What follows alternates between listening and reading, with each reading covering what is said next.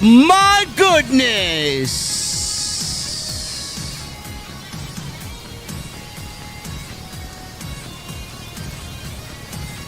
Monday Night Raw. The last. Thank God.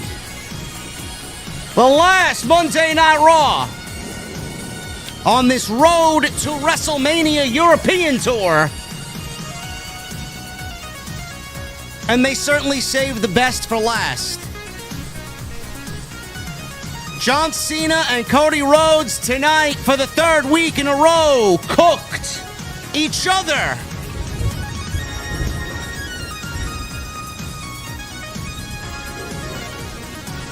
The face-to-face that we all finally waited for, the one that we needed the most. And now supposedly John Cena is going away for the next 3 weeks. I hope that is not the case at all after tonight. Speaking of cooked, Big Jimmy Uso. Big Jim got cooked tonight.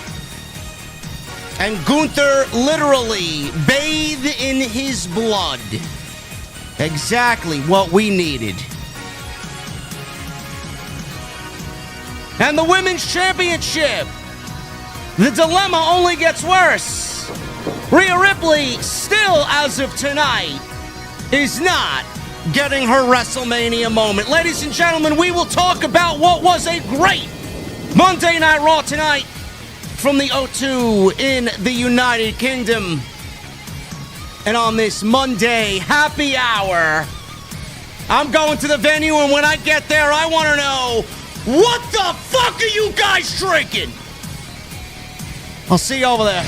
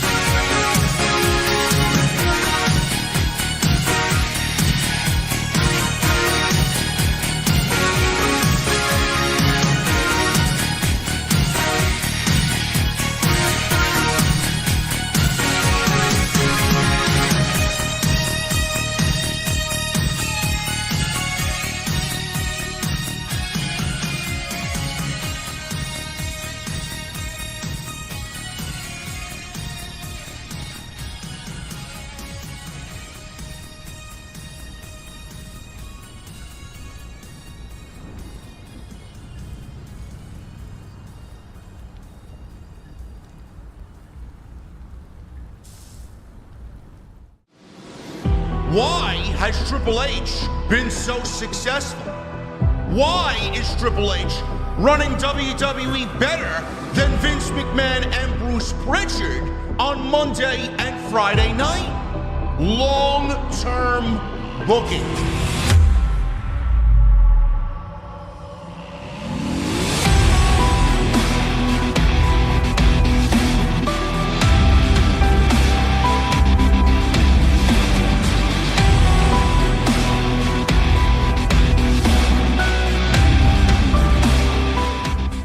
What is going on, guys? Thank you so very much for joining me right here on Off the Script. This is your Monday Night Raw Post Show for March 31st, 2025. I am your host, JD from New York, as always, coming to you live from the OTS venue inside my mother's basement. Thank you guys so very much for joining me on this happy hour on this Monday, wherever you may be. Monday Night Raw tonight. They brought the heat, man. 3 weeks in a row, we've gotten Cody Rhodes and John Cena. The first 2 weeks were very suitable. They did just barely enough to get people talking, especially being that John Cena has turned heel for the first time in 20 years. WWE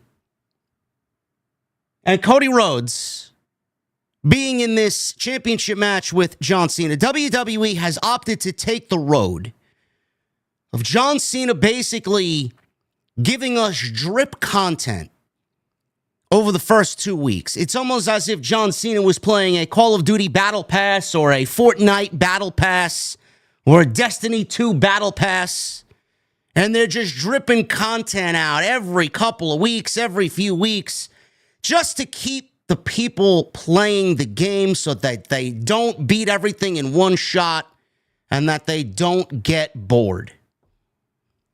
Instead of WWE giving us everything up front, that's the way that they've handled this John Cena, Cody Rhodes situation over the last 3 weeks. John Cena came out and roasted the fans, blamed us for what he did at the Elimination Chamber with Cody Rhodes, but didn't really go into an explanation as to why he did it. It was the fans' fault. We had only that to go off of for the first 2 weeks. Cody Rhodes, on the flip side, did not get angry. He did not seek vengeance. He did not seek blood after what the Hollywood connection did to him at the Elimination Chamber. He waited it out like everybody else to see what the explanation would be and give John Cena the benefit of the doubt to see him explain himself. He blamed the fans. That was in week 1. He did not mention number 17 in week 1. He mentioned number 17 in week 2 while also adding on top of what he did and what he said to the fans in week 1. He did not mention anything with The Rock, any sort of relationship with The Rock.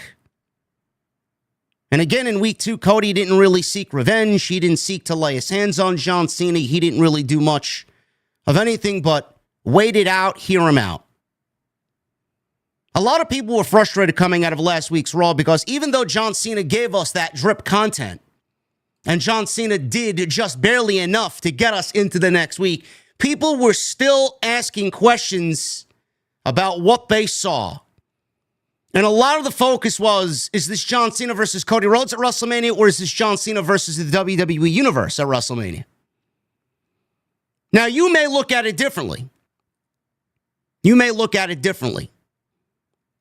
You may look at this as a generational main event.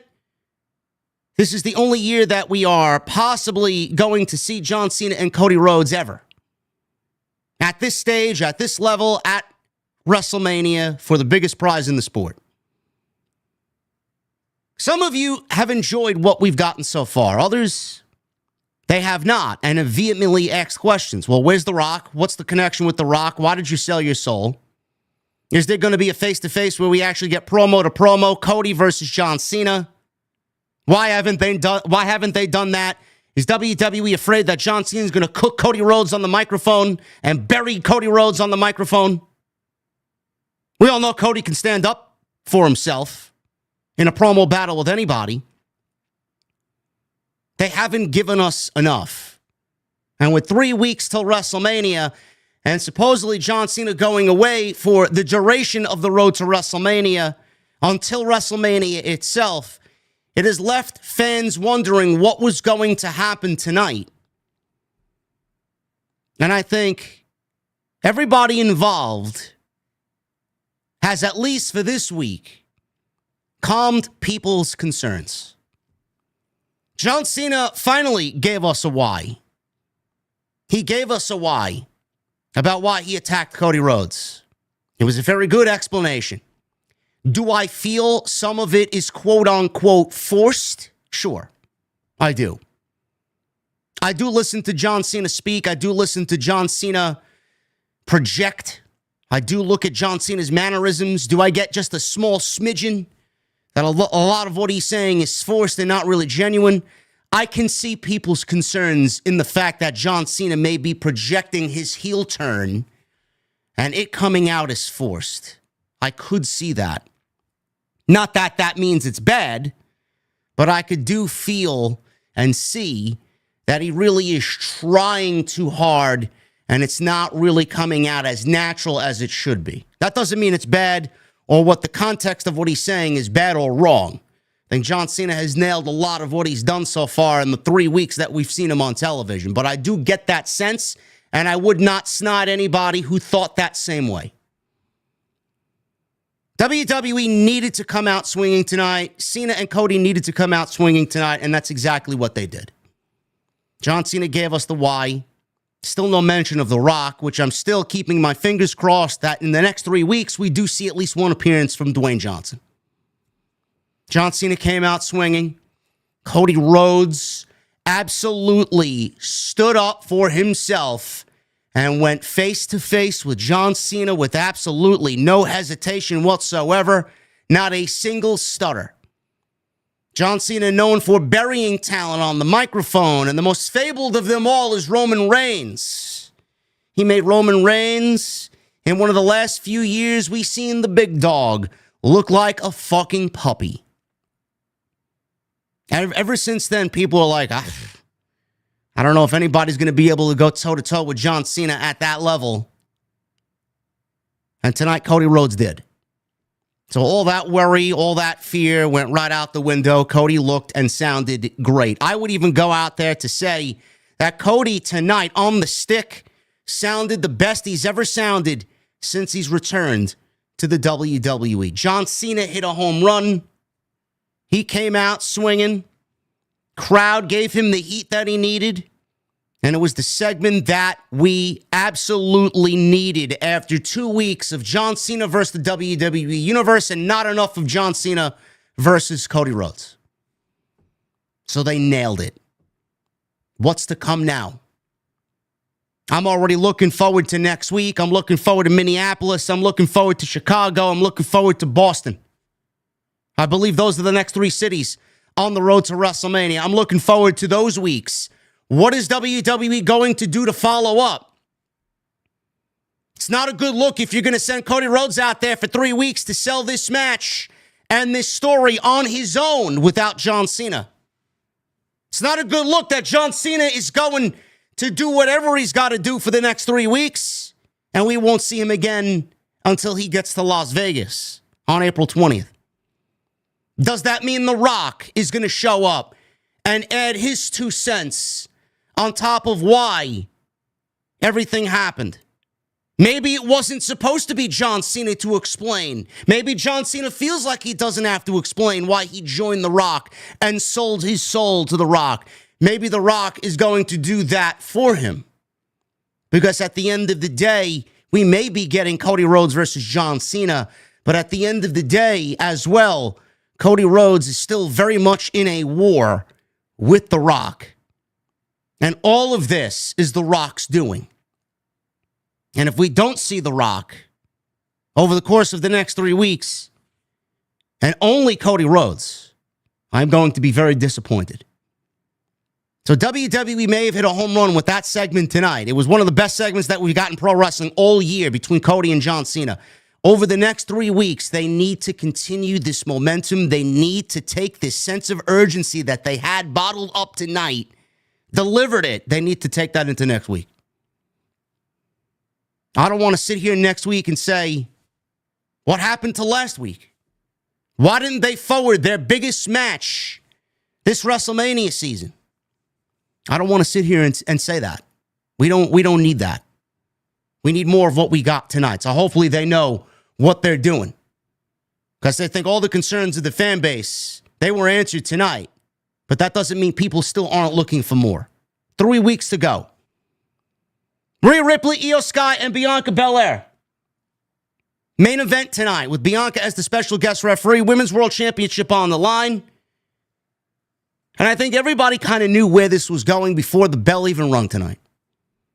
I think everybody knew that we were probably headed for a triple threat match for the Women's World Championship in Las Vegas at WrestleMania. And that's exactly what we are getting.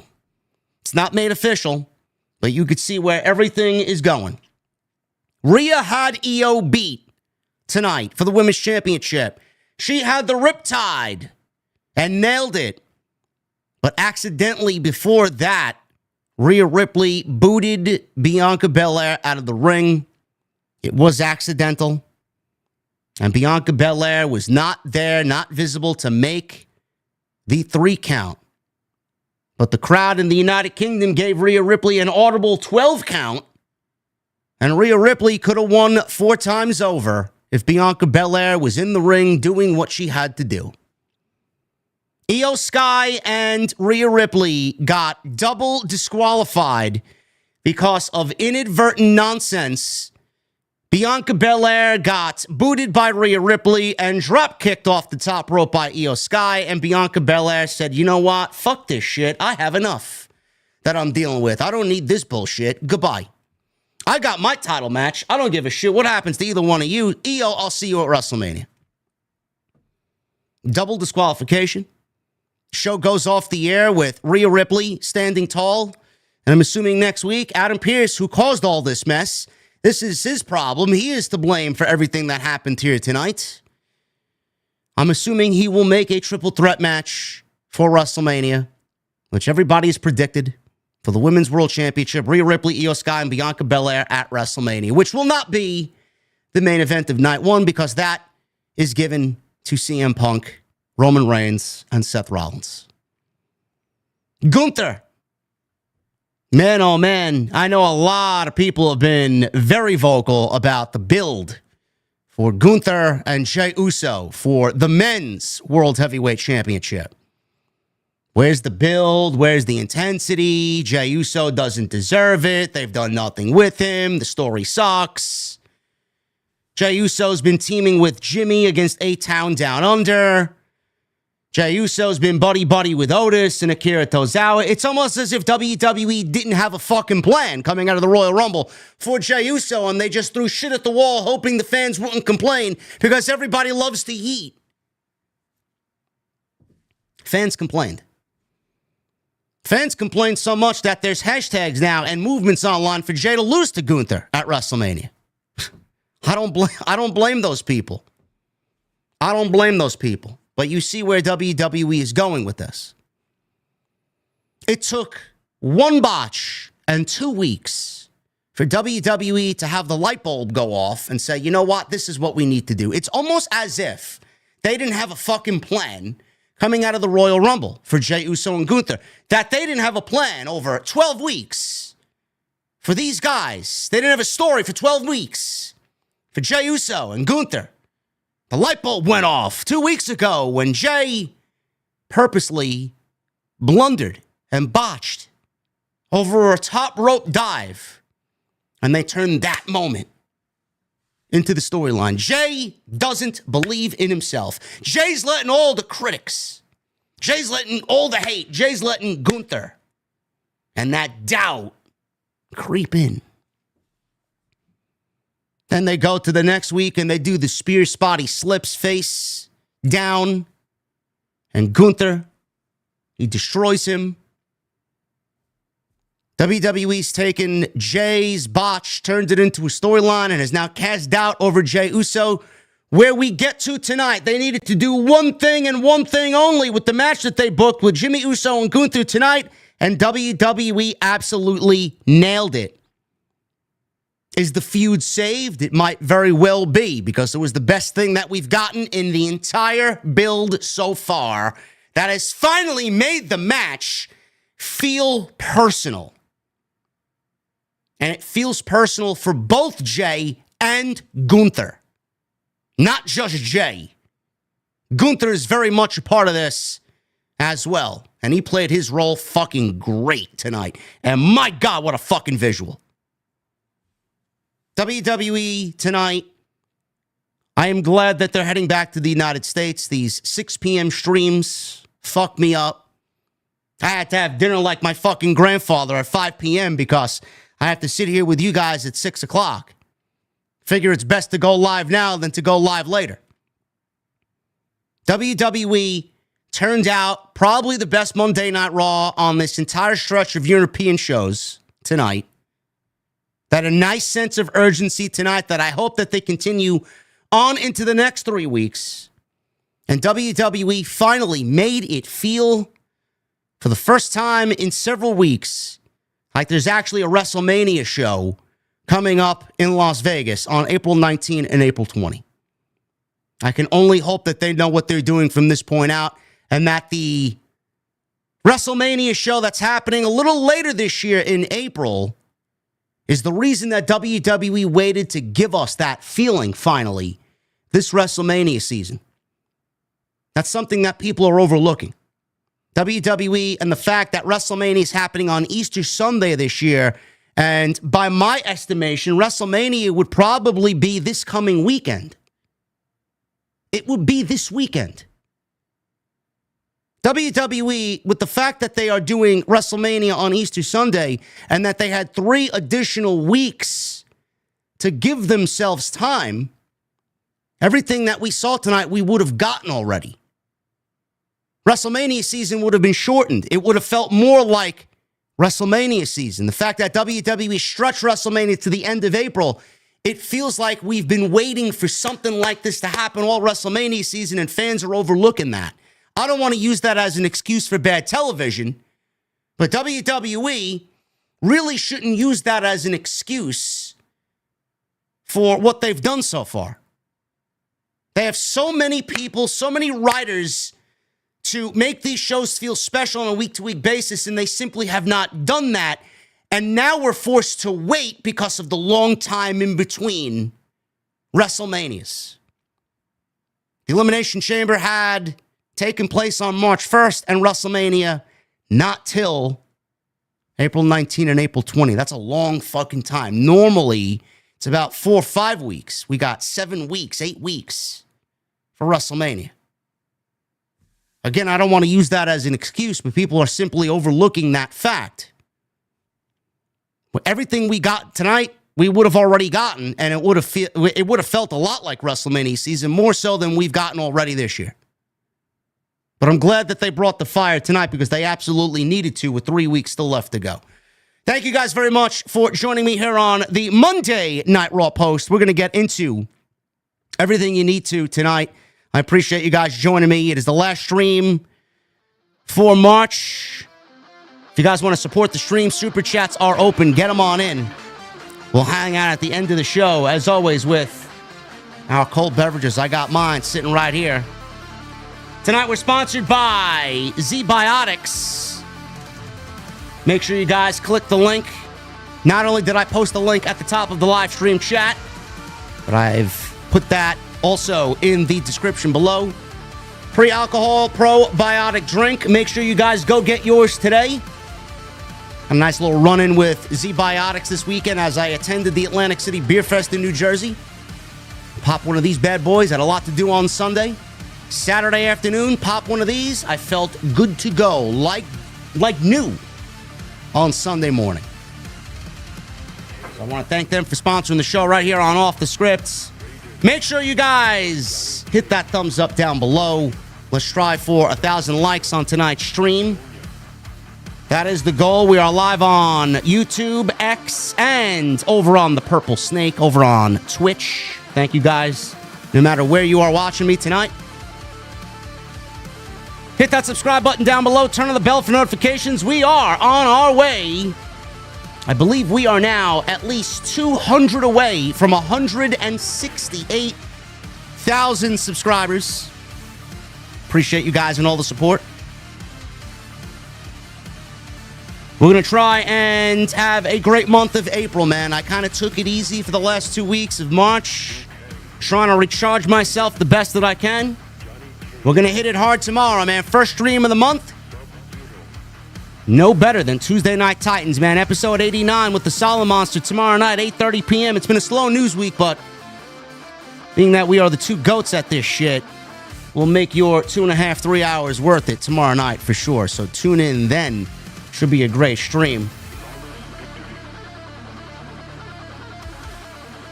And also, make sure you guys check out that membership tab if you guys want to become a member right here on Off the Script. Hit that join button. $4.99 gets you instant access to chat, so you don't have to wait the 2 weeks. And it gives you guys some of the best emotes in the IWC. So make sure you guys go and check that out. And as always, social media at JDfromNY206, Twitter, Instagram, TikTok, and Cameo. Social media is the best place to find me and keep up to date with everything that's going on right here on the channel.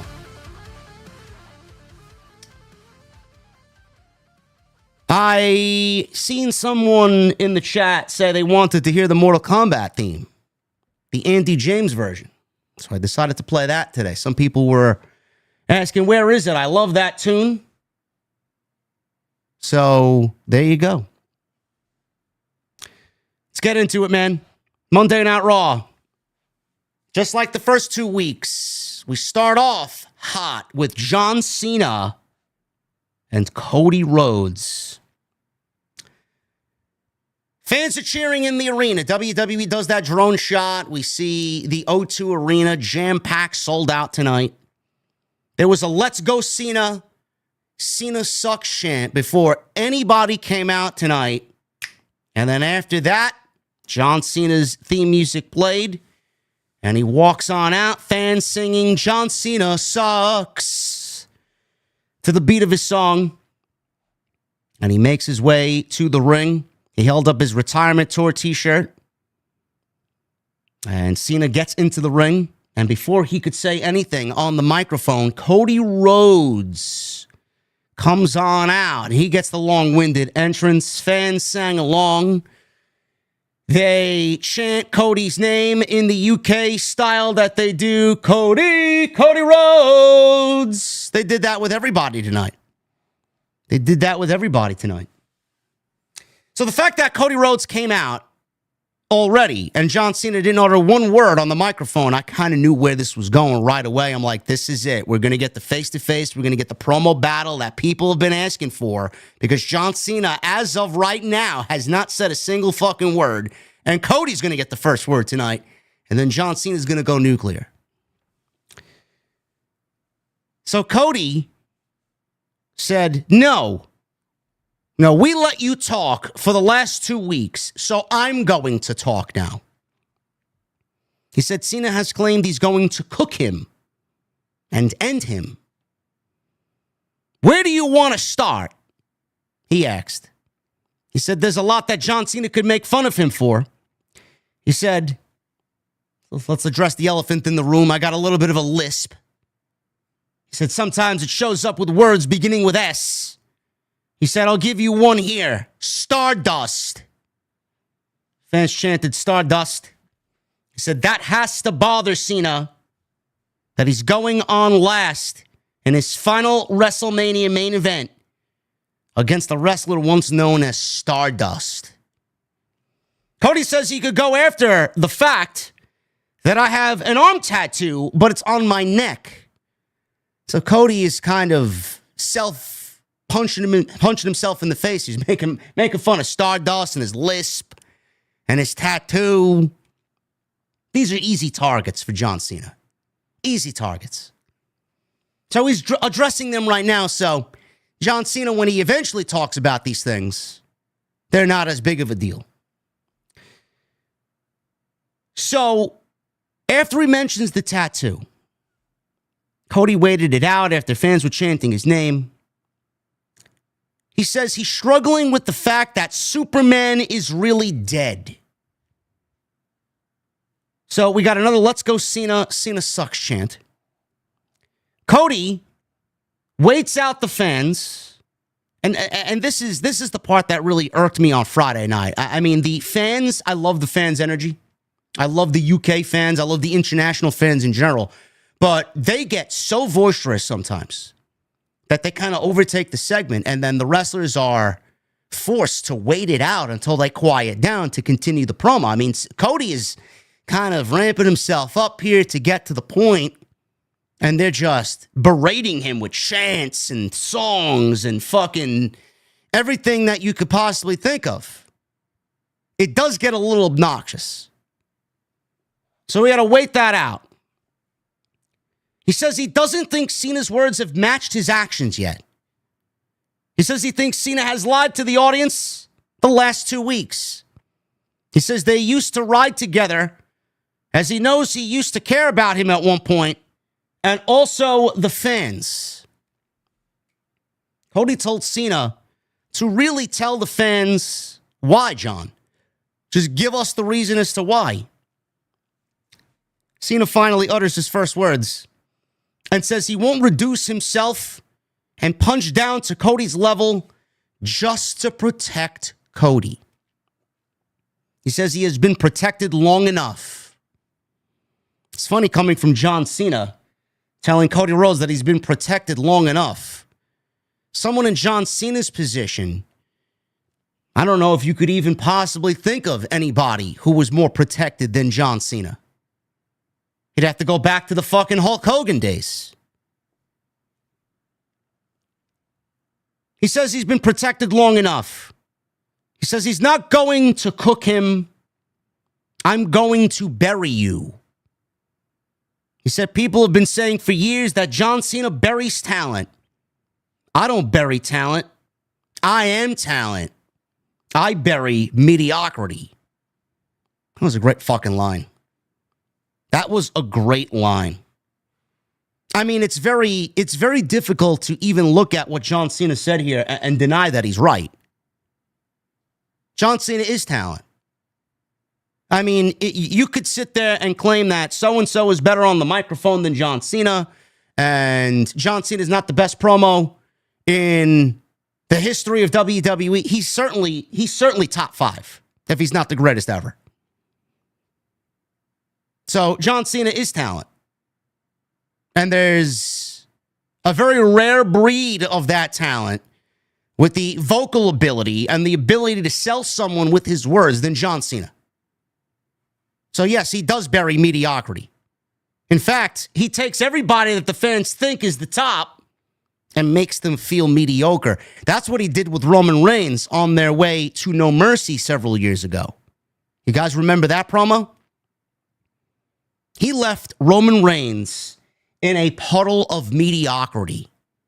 I don't know if it was intended to come off that way, but everybody in the company is fucking vehemently pushing Roman Reigns. He's the guy. This is the guy we want to get behind. This is the people's guy. No, he's not. He was never the people's guy. He was Vince's guy.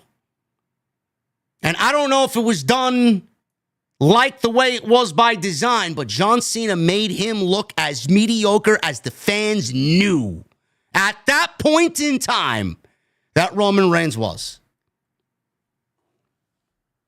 So again, you can sit there and say that John Cena, it's tough to really understand where he's coming from. Everything he said there was fact. He is talent. And he buries mediocrity. Because nobody that's ever stood across from him has been able to match up to what John Cena says on the microphone. Minus a couple of people. Not going to say everybody. You got your punks of the world, and you got Cody here. Handful of people, but that's about it. He says he doesn't care about his lisp. He doesn't care about his failures. He says he has manipulated himself to the top of the business. He says he has ridden the coattails of his success. Now it's getting interesting. How has Cody Rhodes ridden the coattails of John Cena's success? I've been so great that WWE can hand the heartbeat of this organization to my chauffeur. He calls Cody Rhodes his chauffeur. He then called Cody a slimy pickpocket. He said Cody stole the blueprint and now thinks he can run the kingdom. So being his chauffeur, he feels that Cody Rhodes listened to John Cena over several years of riding the road with him and stealing all of the knowledge that John Cena was giving out. Cody stole all that so that he could overtake John Cena at this stage of his career. He stole the blueprint and now thinks he can run the kingdom. He said it disgusts him. He says he sat by his side and stole every secret he needed to in order to be undeniable. But Cody, you are still underwhelming. He told Cody that he has to be authentic because they can see through phony. The fans, especially nowadays, can absolutely see through phony. Now, did everybody think that John Cena was phony at the height of his WWE run? I could see them thinking that John Cena was phony. I mean, I did. I stopped watching for a year when they made John Cena the next Hulk Hogan. Every show I had to see John Cena end the fucking show. Every show I had to see John Cena win and win and win and win. Growing up in the Hulk Hogan era of the WWE, you ended every pay-per-view, every WrestleMania with Real American playing at the end of the show, and it just got boring. I could not watch another era of WWE go through the same thing that I hated in the 80s and the 90s. And here we are with John Cena. And then they tried to do it again with Roman Reigns, and thank God that didn't go off the way Vince wanted to. You have to be authentic because they can see through phony. He says he didn't listen, and it shows. You're too perfect. You're too polished. You're too rehearsed. He said Cody relies on fans singing his name over and over and over again. John Cena backed away. There was this fucking great camera shot of the fans. They were chanting, Cody, Cody Rhodes, and Cena backed away, put the microphone in the air because he knew exactly what the fans were going to do before they even did it. And he started laughing because he basically played the crowd and the audience like the bunch of puppets that they are. How great is John Cena? How fucking great is John Cena? He says he's tricked the fans, Cody, into loving mediocrity. Basically putting down what you see there, the polished $20,000 suits, the politician-like replies and promos, the sing-alongs. Cena said Cody doesn't look or act like him, and he sure as hell doesn't work like me. Now, I don't know, some people might have been confused by the way he said this. He didn't mean in-ring work. He didn't mean in-ring work. He means basically the whole hustle, loyalty, respect. Work your ass to the bone every single night, every single day to get to where he is. We all know Cody's a better pro wrestler. Cody even said that today in his rebuttal to John Cena. He said Cody doesn't act or look or work like him because he's still scared to show everyone who he is exactly. He says he's some generic mix of every TV show he's ever watched in a big, confused blog. He says it makes him look like a 16-year-old taking acting lessons who is still afraid of public speaking. He says he has worked too damn hard to have the title paraded around by a paint-by-numbers sociopathic Nepo baby who was so into himself he had his wrestling gimmick tattooed onto himself for the world to say, here's my tattoo. It exposes him like the common fan. He exposed himself to the marks in the audience. It's crazy, man. So he basically made fun of his tattoo after Cody brought up the tattoo right in the beginning. Said that he tattooed the American Nightmare logo onto his neck for the world to see. His tattoo expresses that he is a common fan, like everybody in the arena. He told Cody to go straight to Fanatics after WrestleMania and go buy a toy belt that the fans buy and call himself their champion because the last real champion is taking the belt home forever and exposing you for who you are, an errand boy who got lucky. That's your why, pal. And we actually got a John Cena chant, a positive Cena chant after his first round of promo here. John Cena, he came swinging for the fucking fences. He came swinging for the fences. And everything he said has merit. Everything he said has merit from the eyes of a heel who did what he did. And he's basically using all of the disgust and dislike that fans have for Cody. There's a small pocket of fans that don't like Cody Rhodes. They find him to be boring. They find him to be too polished. They find him to be fake. They find him to be nothing more than a fucking politician running for the presidential office. They find him to be boring. They find him to be everything that John Cena once upon a time was. And John Cena is using that and throwing that right back at Cody Rhodes. But Cody Rhodes is no dummy. Everything that John Cena said about Cody Rhodes knows good and well exactly what John Cena was to the WWE audience at the height of his career and what people thought of him as well. Cody said, John, I didn't expect to say this. Maybe I was chosen, but you know who chose me? They chose me. The fans chose me. Can you say the same, Cena? Or is one guy in the office who's not here anymore the one who chose you, and we can't talk about him anymore?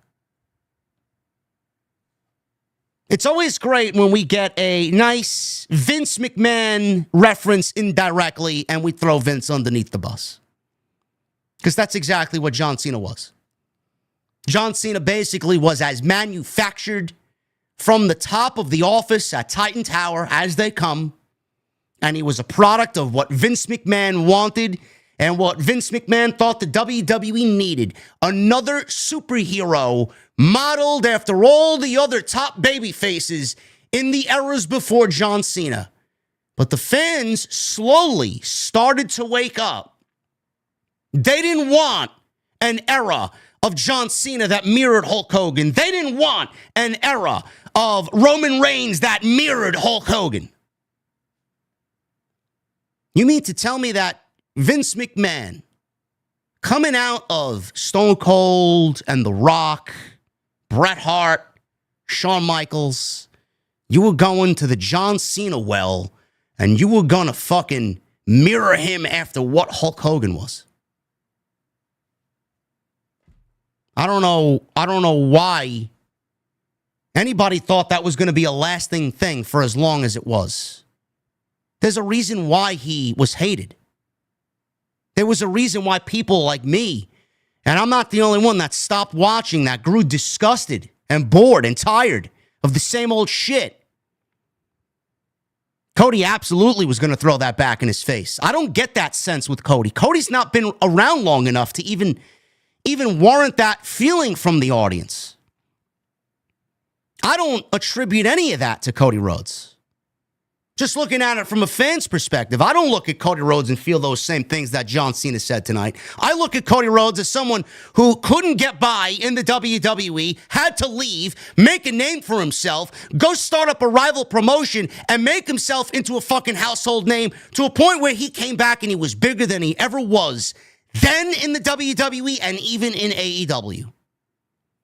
He made himself into a fucking household name, and a name that is still being admired for what he did on the independent circuit, because he went out there and went into business for himself and made a name for himself.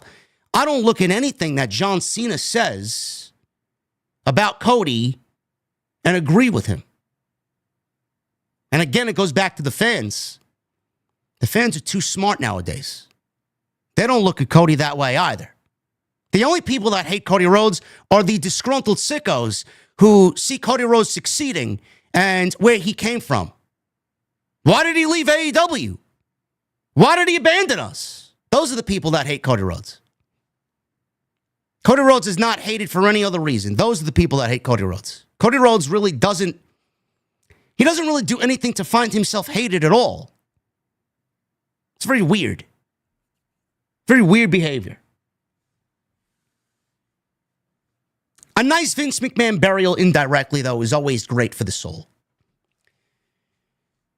He said, he is Cody Rhodes, a wrestler like his father before him. And if anyone is a company creation, it's you, John Cena, not me. He said, everyone is so terrified of you on the microphone. I'm not, because I know you've got more dick in your promo than you do in your jorts.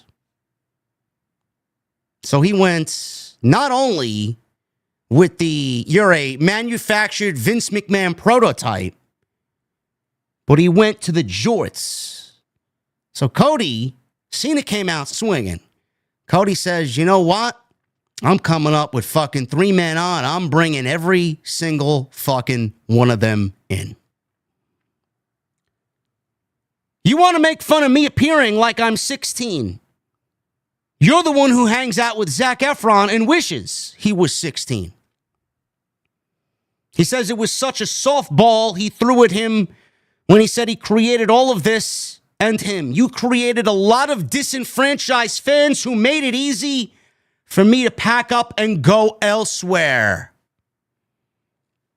Again, Cody, check. Vince McMahon manufactured prototype. Check. Jorts. Check. Disenfranchised fans who stopped watching because of the way John Cena was presented.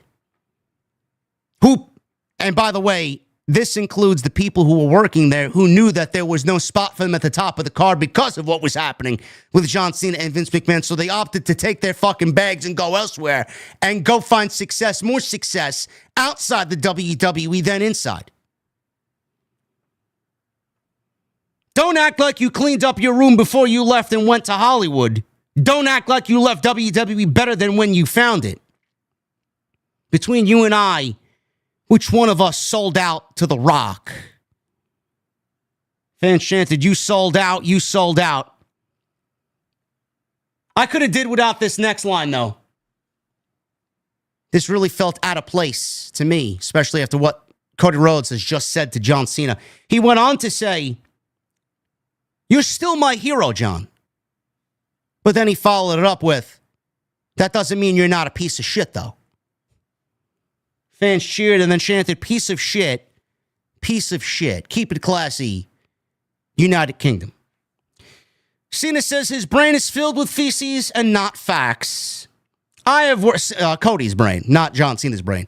Cody's brain is filled with feces and not facts. I have worked 100 times harder than you, and never once was I protected from an audience or a superstar taking their best shot at me. He says he lets anyone who steps into the ring take their strongest swing to see if they are worthy to put him into the ground. He said no one has ever been worthy, so he decided to do it himself. He said that's why he never left. He said no matter what garbage they give him, he found a way to make it great.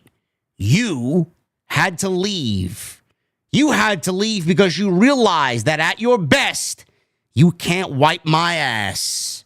I make empires for billionaires. All you've ever done is steal money from their kids. Oh, my goodness. So not only did we get a Vince McMahon indirect, let's throw his name under the bus, John Cena had to come back and throw Tony Khan's name indirectly under the bus, because that's exactly what the billionaire line was. I made money, and I built empires for billionaires. All you ever done was steal money from those billionaires' kids. That line got me, man. That line popped me. I laughed my fucking ass off at that line. Again, is it not true? Is it not true? It absolutely is true. See you at WrestleMania, champ. Cena began to leave the ring. Cody says, I'm not done. He said, never once has an audience chanted at me, you can't wrestle. So obviously the crowd chanted, "You can't wrestle." Cena seemed triggered by this. He re-entered the ring. He took a swing at Cody. Cody ducked and then gave Cena a crossroads. Cena laid flat on his back. Cody obviously stood tall as the segment came to a close. Fans are singing, "Cody, Cody Rhodes." He raised his belt in the air. And Michael Cole ended saying by Cody, and what he did here tonight isn't afraid to show exactly who he is. They did everything that they needed to do tonight, outside of mentioning how or why The Rock is involved. So all that drip content that we got over the last couple of weeks, how come they didn't do this? How come they didn't do that? Where's the physicality? We got a little bit of the physicality. We got a big reason why John Cena did what he did. And I thought tonight, it made John Cena look great. It made Cody look great and sound great. That was the best Cody has sounded since he's returned to the WWE with a microphone in his hand. I thought this segment was fantastic. Now, I don't know how the match is going to come off on April 20th. John Cena has done a great job up until this point. Cody Rhodes has done a great job up until this point. I don't know where Cena's going to be over the next 3 weeks. I don't know how WWE is going to keep the momentum coming out of this, because you would think that they have to keep the momentum just as much coming out of this going into next week. Is John Cena not advertised, and are we not going to see John Cena until April 20th? Or is WWE not advertising John Cena, but we get him at least one more time before Las Vegas? And they're keeping it under wraps because they got something big planned. A big segment, a big go-home, big send-off. Do we not see John Cena and we see The Rock instead? I know everybody's calling back to what happened last year. Outside the tour bus, in the rain, Mama Rhodes. And The Rock beat Cody with his weight belt as he smeared Cody's blood on the white weight belt. Are we going to get a segment like that? I feel like we need something like that. I feel like we need that Rock presence. For 2 weeks, John Cena made it about the fans. For 2 weeks, it was John Cena versus the WWE Universe and not John Cena versus Cody Rhodes. I overlooked that because I knew eventually they would get there. I said it 2 weeks ago. I said it last week. You're not going to sit there and tell John Cena what to do, what to say, and where to go. John Cena's been doing this at the highest of levels for 25 years. There is no fucking person in this realm that is going to tell John Cena what he has to do. John Cena knows what he has to do before people are even thinking it. That's why we didn't get what we get, or what we got for the 2 weeks, and we got it tonight. I knew we were going to get this face-to-face. It had to happen. But people were like, what's going on? What's going on? Sure. The fans get impatient. Sure, the fans want to know why. If this was anybody else, I would have doubled down on that. I would have made that more of a concern. Being that it was John Cena, I wasn't going to make it that big of a deal. I wasn't. It's a concern, but it's not like DEFCON 5. I'm not going to sit here and say, oh my God, man, the fucking road to WrestleMania for Cena and Cody's ruined. I don't know how I'm going to get interested in this. You don't know who the fuck you're watching, bro. You don't know who you're dealing with. We've watched John Cena for 25 years. Why would you ever doubt anything that comes out of John Cena's mouth, especially in his last year? John Cena didn't know what he had to do coming into tonight.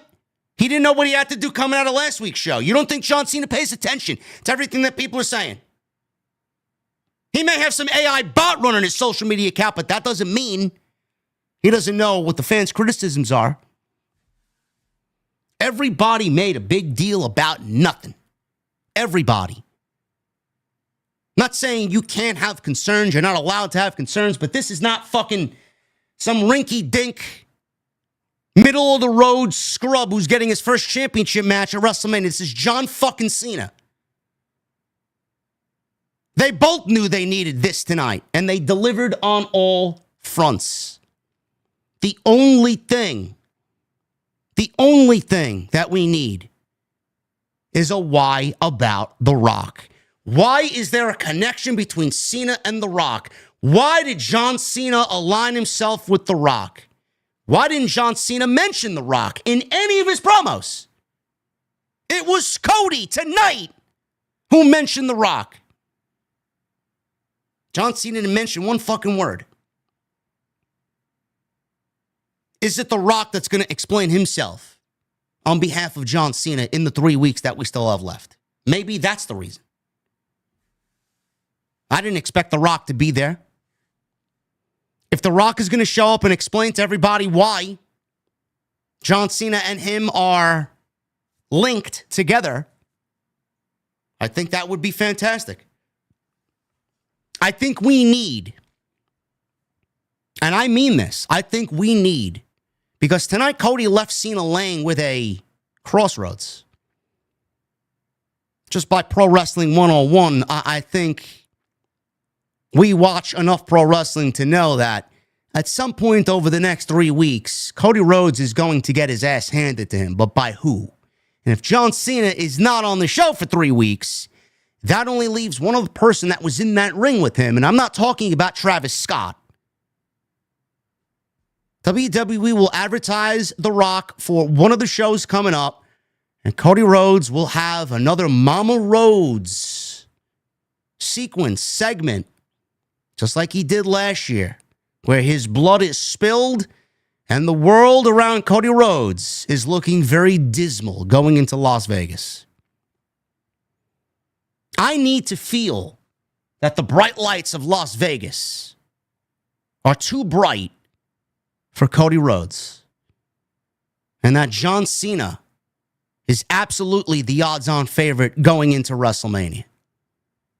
And at the end, I'm having John Cena win the WWE Championship. Now, we don't know that for sure. We don't know what fucking card WWE has up their sleeve. I feel like WWE's the fucking sly poker player sitting at the Tournament of Champions, the World Series of Poker, and they got their ace up their sleeve, and they're not letting anybody know what that is, man. What is their ace up the sleeve, if any, this year? Everybody tends to think that it's CM Punk's favor from Paul Heyman. We don't know what that is. Everybody's saying John Cena should walk out the WWE Champion on night 2 at WrestleMania 41. Who's to say that they don't make a stipulation and add CM Punk to the main event of WrestleMania 41 and he walks out of WrestleMania as the WWE Champion? That promo from a couple of weeks ago, not even a couple of weeks ago, was after the Elimination Chamber, that Monday following the Chamber on March 3rd. He mentioned both John Cena and The Rock and that he's going to get them both.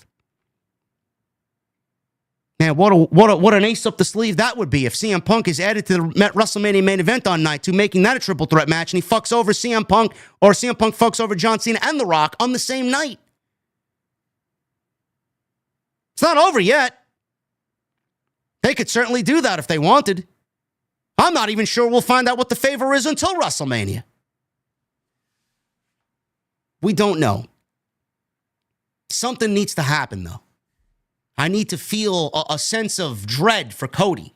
So right now, he's sitting pretty. Right now, they're about even. Him and Cody, Cena and Cody are even. Cody laid him out with the crossroads tonight.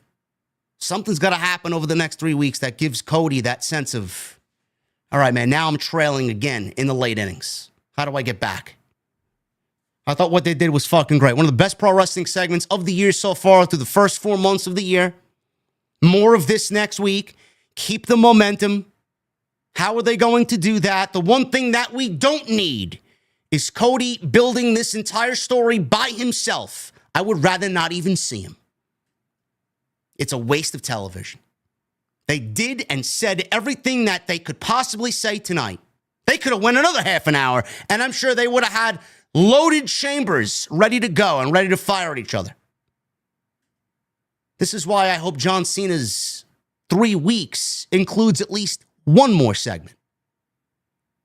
And is not John Cena away for the 3 weeks until we get to WrestleMania. Fantastic stuff. Moving on. Adam Pearce. He came out on stage and mentioned the New Day, who made their ring introductions and are already in the ring. He mentioned that the New Day want a shot at the tag team titles, want a shot at the War Raiders. When, where? We don't know. He introduced a tag team that is absolutely a viable threat to the New Day. A returning Tyler Bate, the strong boy, and Pete Dunne, the new Catch Republic, are back on Monday Night Raw. No better place for Tyler Bate to make his return than his home country of the United Kingdom. This was very good. And I'm happy to see that Tyler Bate is back. If you guys don't know who Tyler Bate is, I would urge you to go research some old NXT UK stuff.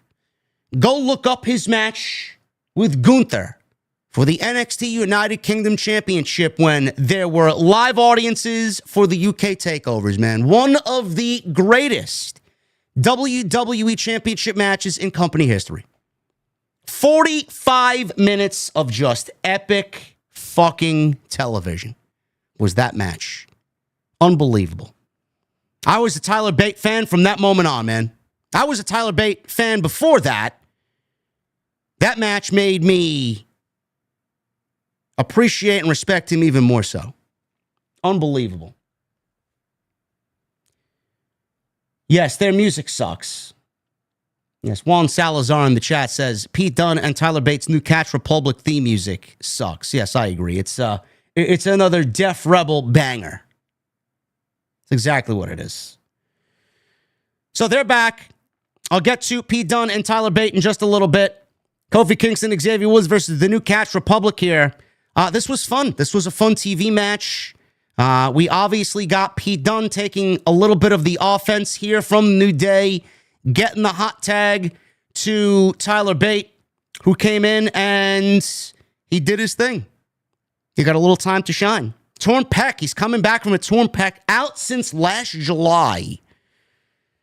Bate, he's got a thicker mustache. He's got shorter hair. And we get the bell ringing.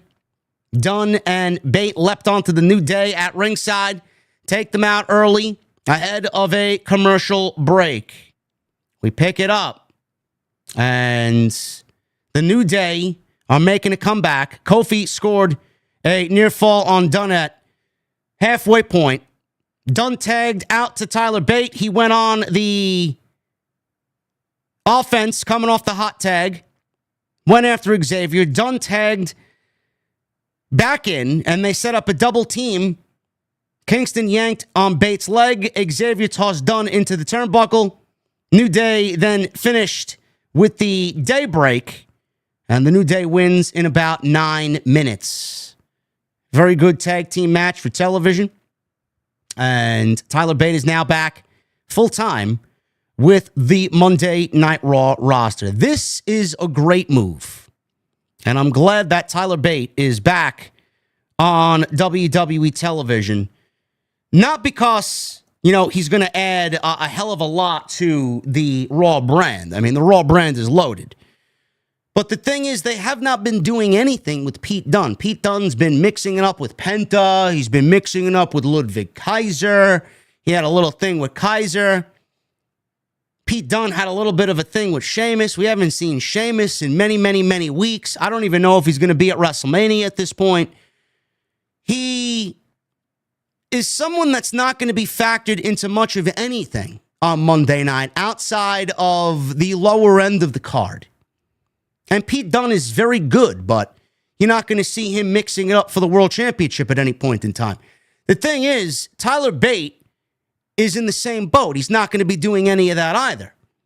But if you put them together, you instantly have a credible tag team that could get over as baby faces, that could add a nice team and some depth to an overall very lame and lackluster tag team division. Neither one of them are going anywhere on their own. But together, they are much stronger than they are individual. So I think pairing them together is the best move here. And I like that the New Catch Republic are back as a tag team. So I don't know how you guys feel about that, but I quite enjoy them as a tag team. So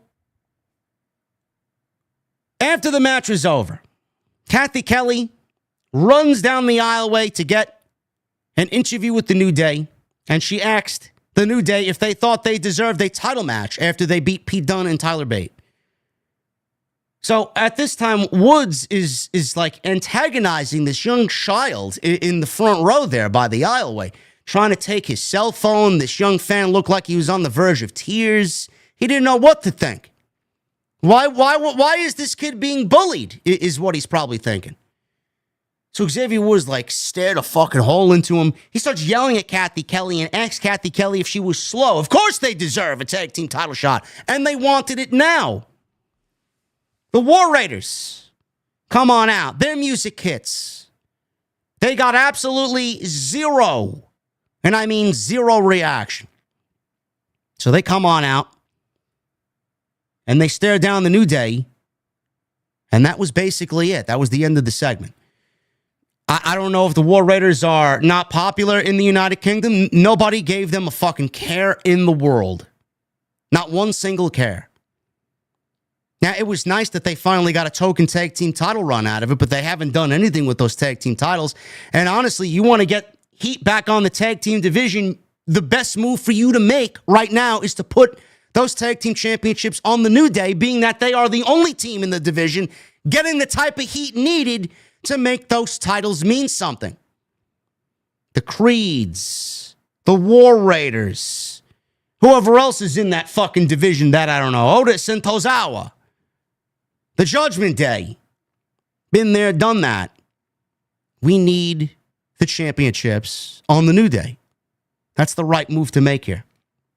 I don't know when that match is going to take place. I don't know if it's going to take place at WrestleMania or maybe they'll save it for the Monday night before WrestleMania. I don't know. But the War Raiders have not done anything with those tag team titles. They are not getting a single lick of a reaction. And the New Day right now is the best team for that spot. Moving on. Jimmy Uso and Gunther. This was a very good first hour of Monday Night Raw. Jimmy Uso makes his way down to the ring.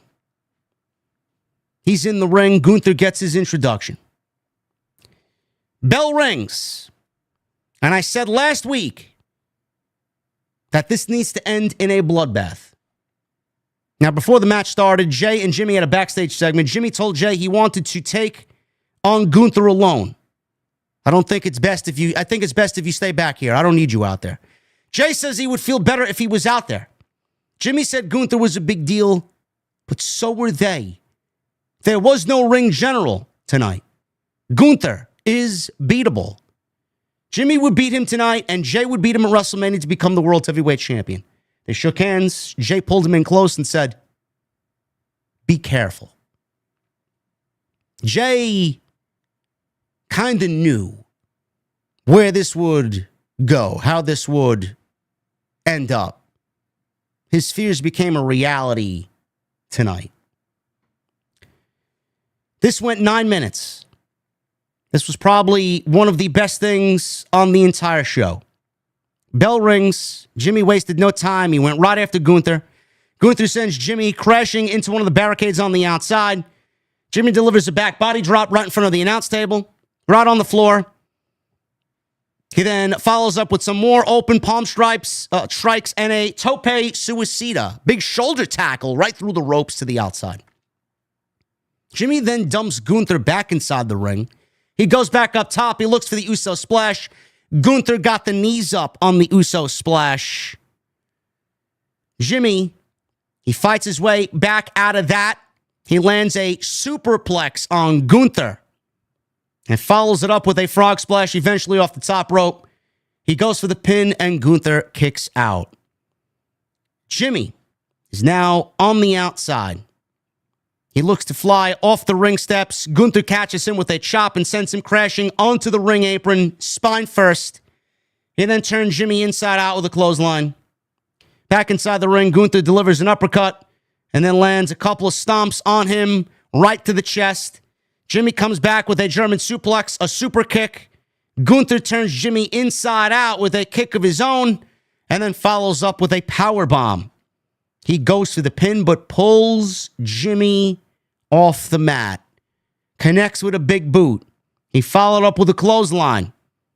And then once again goes to pin Jimmy and pushes him off the mat to only then lock in the sleeper. So he played with him on two different potential pin attempts to eventually lock in the sleeper, and Jimmy Uso, Big Jim, finds himself sleeping in the United Kingdom. He faded away. Gunther ends up winning the match. Now, this didn't really do much of anything for me. The match itself was fine. But what I was looking forward to and what everybody was looking forward to was what happened in the post-match. Now, after the match, Gunther decided to lock in the sleeper on Jimmy once again. Jey Uso's music hits. He speeds down the aisle.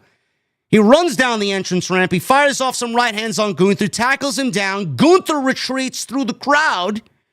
Jey and other officials look to help Jimmy get back to his feet. And then the show, Monday Night Raw, legitimately goes to a commercial break. So I get up. I go into my kitchen. I make myself a nice cup of coffee so that I have one for the second hour of Monday Night Raw so that I could be awake to join you guys here tonight live. 2,600 people in here on a Monday night. I tweet out, I am disappointed. I expected this to be more. But we didn't get more. It was lame. This needed to be a statement segment, and it did not end up being a statement segment. Now, seeing what we've gotten so far with this, nobody could blame me for thinking that was the way the segment came to an end. This feud has not done much of anything. It hasn't reached the next level. It hasn't reached WrestleMania status yet. WWE might have changed the entire perception of how people feel about this match now with this post-match attack. I quickly deleted my tweet and I watched the magic that Gunther created here tonight. He was fucking great. Great. I thought this segment came to an end after the commercial. The fucking segment continued when we got back from the commercial. It was Gunther before the commercial ran away, and he was back in the ring, and we were getting exactly what I told you we needed last Monday night. I said we needed this to end in a bloodbath. It's exactly what we got. It's exactly what we got. Gunther reemerged and starts chopping Jay's chest. He looked to powerbomb Jay on top of the ring steps, but security guards run down to the ring and stop Gunther momentarily. He powerbombs one of the guards instead on top of the ring steps and lands a kick on another security guard and then rakes Jay's eyes. And eventually, I think it was a zip tie, whatever it was, a zip tie, a handcuff. He zip tied him to the middle rope. He then looks towards Jimmy Uso, who was out cold. He looks over to Jimmy. He sends Jimmy crashing into the barricade. He holds up the World Heavyweight Championship as he starts talking shit to Jay. I think at one point he called Jay a pussy. Just outwardly blurts out, Jay's a pussy. So he taunts Jay. He berates Jay by extending his title to him, saying that this is as close as you're going to get. You're not ready. You're not on my level. Jimmy slowly makes his way back to his feet. He jumps on the apron opposite side of the ring. Gunther takes the World Heavyweight Championship and absolutely clobbers him in the face with the World Heavyweight Championship. Jimmy now is bleeding. He power bombs him, fires off right hands as Jay desperately tries to reach and reach his brother to save his brother, but he can't do it because he's zip-tied to the rope. At this point, Gunther takes Jimmy Uso and gets as close as he could, fingertips away, until Jay cannot touch him. Gives him the hope that he could, and gets so close to Jay Uso, who's zip-tied, taunting him, teasing him as he applies the sleeper on Jimmy Uso. He gets up. I think at one point, Gunther, he spit out Jimmy's blood onto the mat. He gets up off the mat with the sleeper hold applied. He gets up. He's literally soaked in Jimmy Uso's blood. It looked like he was a scene out of The Walking Dead, and he went through a sea of walkers. This was fucking great. The visual of Gunther dressed in Jimmy's blood was fucking great. Everything about it. I didn't think they were going to... I did not think that they were going to go to that level. I did not. I thought the segment ended before the fucking commercial. Because that's what we've been conditioned to think. That's the way that this feud has been. It's been disappointing. They just turned it into a story 2 weeks ago. And they finally did what they needed to. They made it personal. They made it personal by Jimmy being written off television. Everybody thought Jimmy was going to go after the United States Championship. He even said he wanted a shot at LA Knight. He ain't getting that now. Jimmy's written off. Jay couldn't do anything about it. He had to watch his brother fucking absolutely get slaughtered right in front of him. Jay now has even more of a reason to snap himself out of this doubt. I don't believe in me. I can't do it. Motherfucker, you better do it now. Your brother was left a bloody mess. Gunther's great. He doesn't believe Jay can beat him. He doesn't think Jay deserves it. Gunther now has a personal feeling towards this as well, because how do you think he feels about not main eventing WrestleMania against main event Jey Uso? How do you think Gunther internally feels? That's what I wish that they would really harp on, honestly. CM Punk, Roman Reigns, and Seth Rollins are getting the night one main event. Cody and John Cena getting the night two main event. Gunther is the World Heavyweight Champion. Jey Uso won the Royal Rumble. You don't think Gunther has some internal feeling, internal just hatred towards Jey Uso? I got to deal with this fucking guy. Meanwhile, I'm the world champion and I'm not main eventing WrestleMania. That's personal for Gunther as well. That would be a great cherry on top if they gave Gunther a script next week or over the course of the next 3 weeks and he exclaimed that to Jey Uso. You ain't a fucking main event. Otherwise, I'd be in the main event. I'm not in the main event because of you.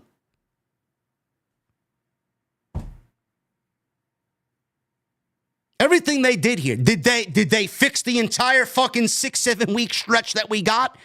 I don't know, man. I don't know. But this is like a baseball team who's being shut out for 7 fucking innings, and then come the 8th inning, their bats finally come alive and they do what they need to do. Like WWE's been shut out with this Gunther and Jey Uso storyline that now in the late innings, now they're turning up the heat. Now they're turning up the personal conflict. Now they're turning up the intensity. I thought what they did, it was fucking fantastic. Great. Am I looking forward to this match more now after this segment? Absolutely. Is Jey Uso's win at WrestleMania going to mean more now since we got this segment? That's what they went for. That's what they went for. The best decision that they did was turn this into a personal conflict. The best thing that they did was add Jimmy Uso to Jey Uso's WrestleMania season. Now when Jey wins, not only is he beating Gunther for the World Heavyweight Championship, but he's defending the fucking honor of his brother who got his ass handed to him tonight. Those are the best stories in all of pro wrestling. Did they fix the mediocrity that we got for the first 6 weeks, 7 weeks? That's going to be up to you guys to decide. Me personally, the damage has already been done. But WWE is really making a strong case for this to finally feel like a WrestleMania match. And I do think that We are absolutely at that point. We got 3 weeks still left to go. WWE's got a shot at batting even here and coming up even. The first half of this storyline didn't really hit. The second half, it seems like WWE's on their way to hitting.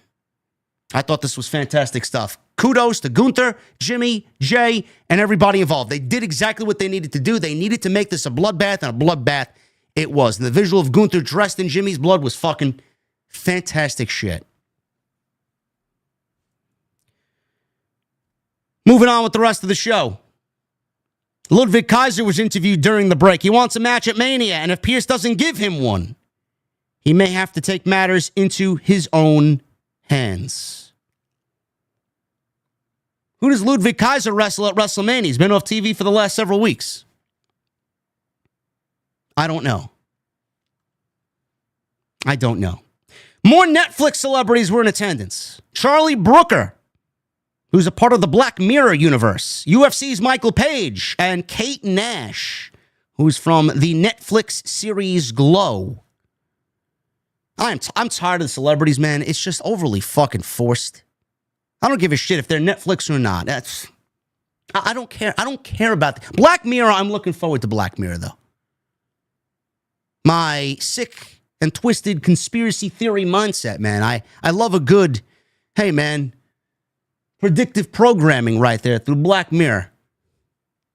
I love dissecting those shows and how it applies to what we're living through now in the current day. So those people were in attendance front row. They got to get their celebrity tie-ins into the show. So moving on from the great Gunther and Jimmy J segment. Judgment Day was backstage. Finn Balor and Dominic Mysterio back on the same page for now. Balor sarcastically offered his condolences to Raquel Rodriguez for losing her Intercontinental Championship match last week to Lyra Valkyria. Balor said he would bring home the Intercontinental Championship to the Judgment Day. Now, I don't know how likely that is, but that is not going to happen. That is not going to happen. As Solomonster says, Finn Balor will continue to be Pin Balor. Tag team match here. Went 10 minutes. Balor and Dominic Mysterio, the Judgment Day with Carlito. Against Penta and Braun Breaker. Can they coexist, pal? Gotta love a good can they coexist match. Believe it or not, Penta suffered his first pinfall loss in WWE. Dominic Mysterio and Penta began the match. Bell rings. Dominic comes off with stomps on Penta. Delivers a Hurricane Rana. Braun Breaker tags in, lands a big slam on Dominic. Balor tags in. Breaker levels him with a spear. Penta tags back in. Penta lands a big kick on Balor in the corner, then sends him crashing outside to the mat. Breaker clotheslines Dominic to the outside and then flies over the top rope to take out Balor, and Dominic does Penta with one of his signature dives. Balor fires off some right hands. Penta and Balor going at it in the ring. Tags in Dominic, does Balor. Dominic fires off some right hands on Penta, then follows up with a couple stomps. Balor tags in, fires off some more right hands. Balor tags in Penta, or Balor rather tags in Dominic. He's continuing to work on Penta. Dominic connects with the Three Amigos. Breaker tags in, takes down both Balor and Dominic. He lands a big double suplex on them, which got the crowd barking at the O2 Arena in the United Kingdom. Balor then comes back with a big pair of elbows, and he is on the attack. Penta is in there now. Penta levels Balor with a super kick, sets up for the Mexican Destroyer. Dominic helps Balor avoid that. Breaker looks to spear Balor. Balor moves out of the way, and Breaker accidentally spears Penta, his own tag team partner. Balor takes advantage of this miscommunication, connects up top quickly with the coup de grace on Penta. 1, 2, 3. Finn Balor pins Penta for the first time in WWE. Again, fun tag team match that really forwarded the Judgment Day being on the same page for now. And Balor looking to get the Intercontinental Championship and bring it into the Judgment Day. Now, Penta has already called his shot against Braun Breaker. That was last week. Match is not made official yet. I think we all see where this is going. Penta called his shot at Breaker. Penta has gotten a shot and deserves a shot because he's won matches. So if he's won as many matches, called his shot for the IC title, then that means he's probably the number one contender for the Intercontinental Championship. You could probably piece that puzzle together with what we've seen since his debut. Now, Balor comes on in. We get this tag team match. He pins, theoretically, the number one contender for the Intercontinental Championship. Now, he's probably thinking that whatever Adam Pearce is thinking about for the Intercontinental Championship, that he belongs in the mix because he pinned the number one contender for the Intercontinental Championship. So right now, we're looking at Balor, Penta, and Braun Breaker in a possible triple threat for the Intercontinental Championship. I don't know how Dominic Mysterio gets involved. We got 3 weeks still left to go. I don't know if there's going to be tension building over the next 3 weeks between the Judgment Day members, where Dominic gets involved. We will see what happens. But right now, you could see that the pieces to the puzzle are Braun Breaker, Penta, and Finn Balor for now. How do we get Dominic involved? Unless Dominic is not involved, he costs Balor the match at WrestleMania, and then we get payback. Balor versus Dominic in St. Louis. I don't know. But that would make 3 triple threat matches at WrestleMania. Punk, Rollins, Reigns, Io, Bianca, and Rhea Ripley. And now we're looking potentially at Balor, Penta, and Braun Breaker. I mean, I'm not big on the multi-person matches, but it certainly looks like we have at least 3 multi-person matches right now for WrestleMania.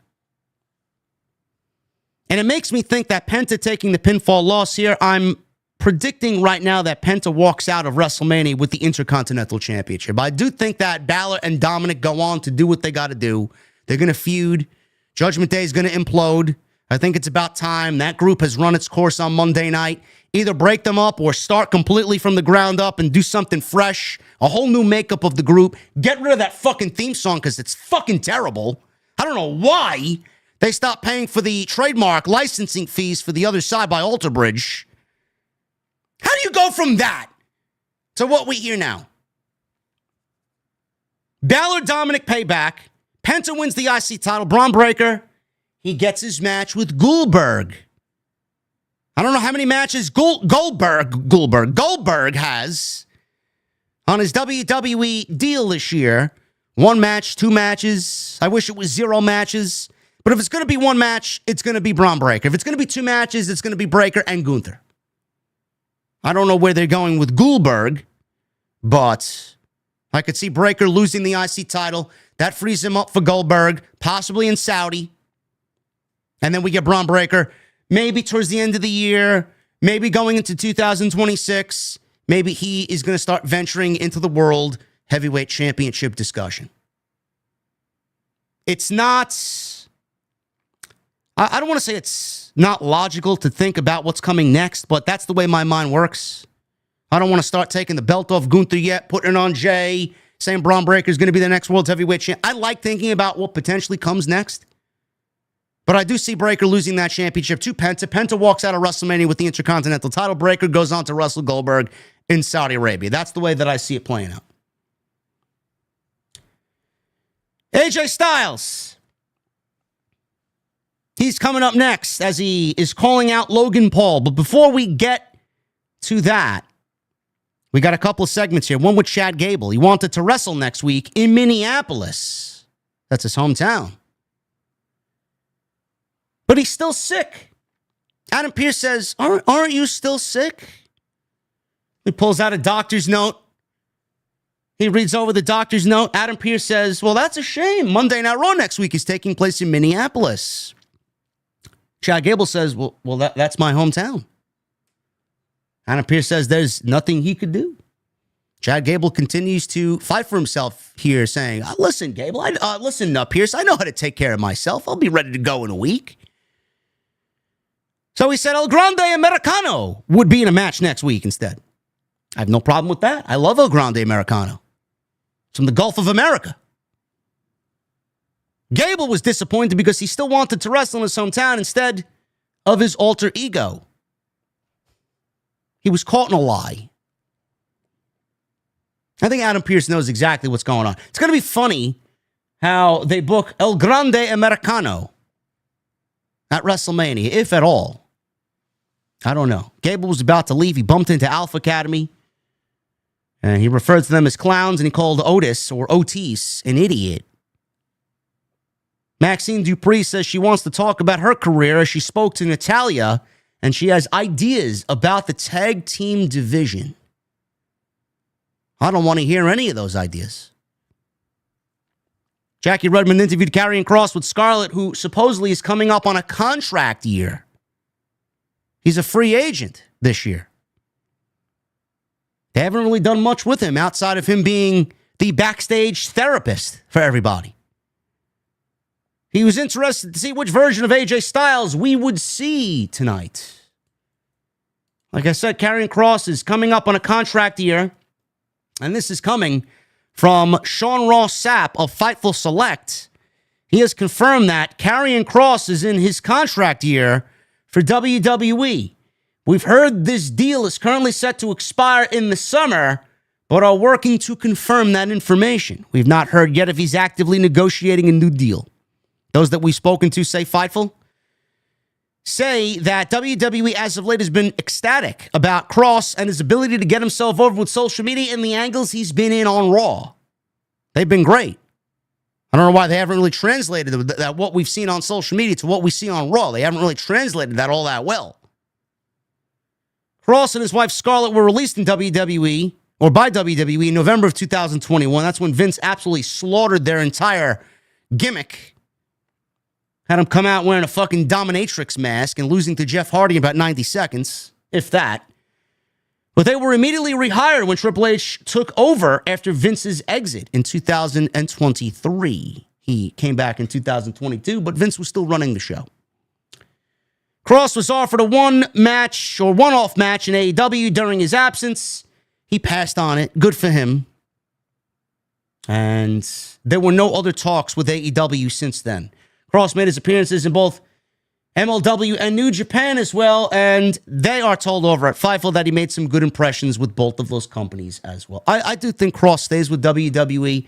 They're really, if he goes to AEW, he's dead in the water. If he goes to AEW, both of them are dead. They would not know. They probably have a little bit more creative freedom to do what they want to do and get their story across and do what they want to do. I'm sure. But finding TV time over there. They just signed Kevin Knight from New Japan Pro Wrestling. Who? Yeah, Kevin Knight. Great talent. I think Kevin Knight's great.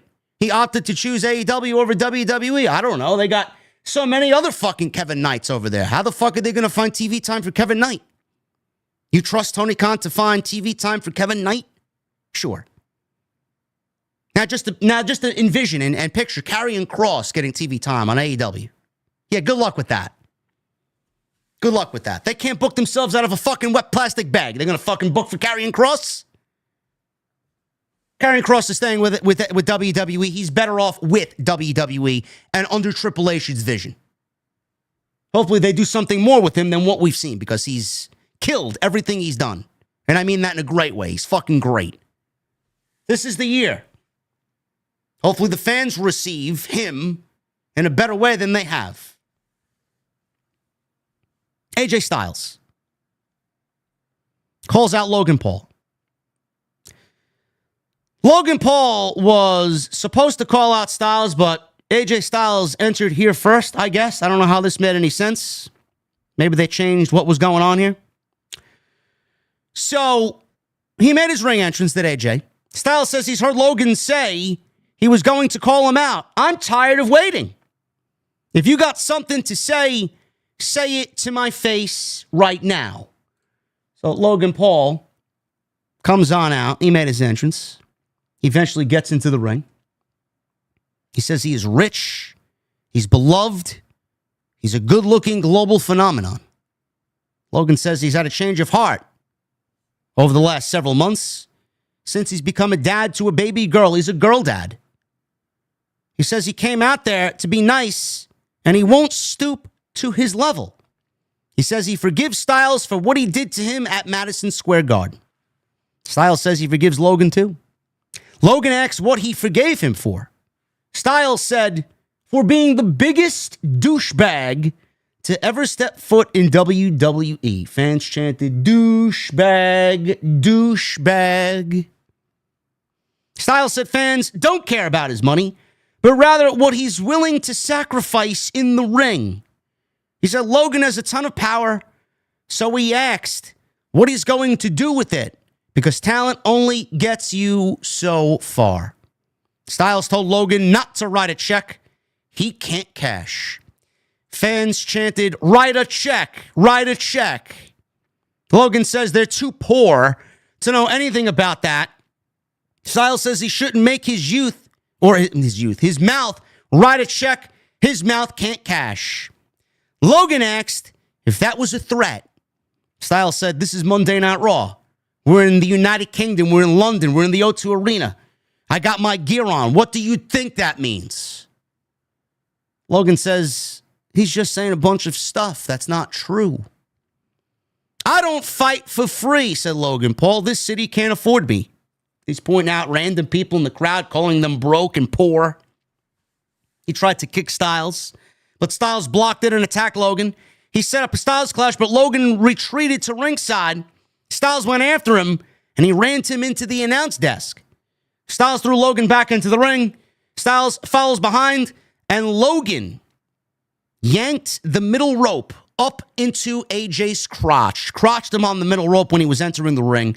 Logan then gave AJ his pulverizer. That was a great fucking move. Now, I know he's done this once before, not as good. Or maybe it was the fact that Ray sold it compared to AJ. It didn't look as good because of the way Ray sold it. But, man, AJ made this one look fucking great. I don't even know what the fuck you call it. It's like a flipping flatliner. This looked fucking beautiful. The pulverizer. They pointed to the WrestleMania sign, or Logan Paul pointed to the WrestleMania sign. You don't fight for free. If you're going to waste my time, let's do it there. And Logan Paul got the one up here on AJ Styles in London. I don't really know what the story is here. I don't. What are we going based off of? Is it anything that you, me, or anybody else cares about? The only thing that I see is you got AJ Styles, who is very underutilized, who's not on the WrestleMania card as of right now. We see where this is going. He's not on the WrestleMania card right now. He deserves to be on the WrestleMania card just based on the fact that he's fucking AJ Styles. And then you got Logan Paul, who's one of the biggest media personalities in the entire world. One of the biggest content creators in the entire world. Neither of them have a WrestleMania spot right now. The only thing that I see is a lack of story, or a story that I actually give a shit about. And the only thing that I see are two guys who are not on the WrestleMania card right now trying to find their way there. And the only way that they get there is if they work it together. That's it. It's going to be a great match. Could be a sleeper match of the fucking weekend, to be honest with you, just based on the body of work from both guys. I'm sure both guys are going to show up and show out. But there's no story here. There's no story here. I wish there was a little bit more. Hopefully over the next 3 weeks that Logan Paul is there, AJ is there. We get a little bit more of this, whatever the story is here, fleshed out. Why does AJ have a problem with Logan Paul? Are we really just going based on the attack at Madison Square Garden? It's not really a story. It's more of an angle. What's the story? What's the reason for being? What's the reason this match is taking place? They haven't really given you a reason here.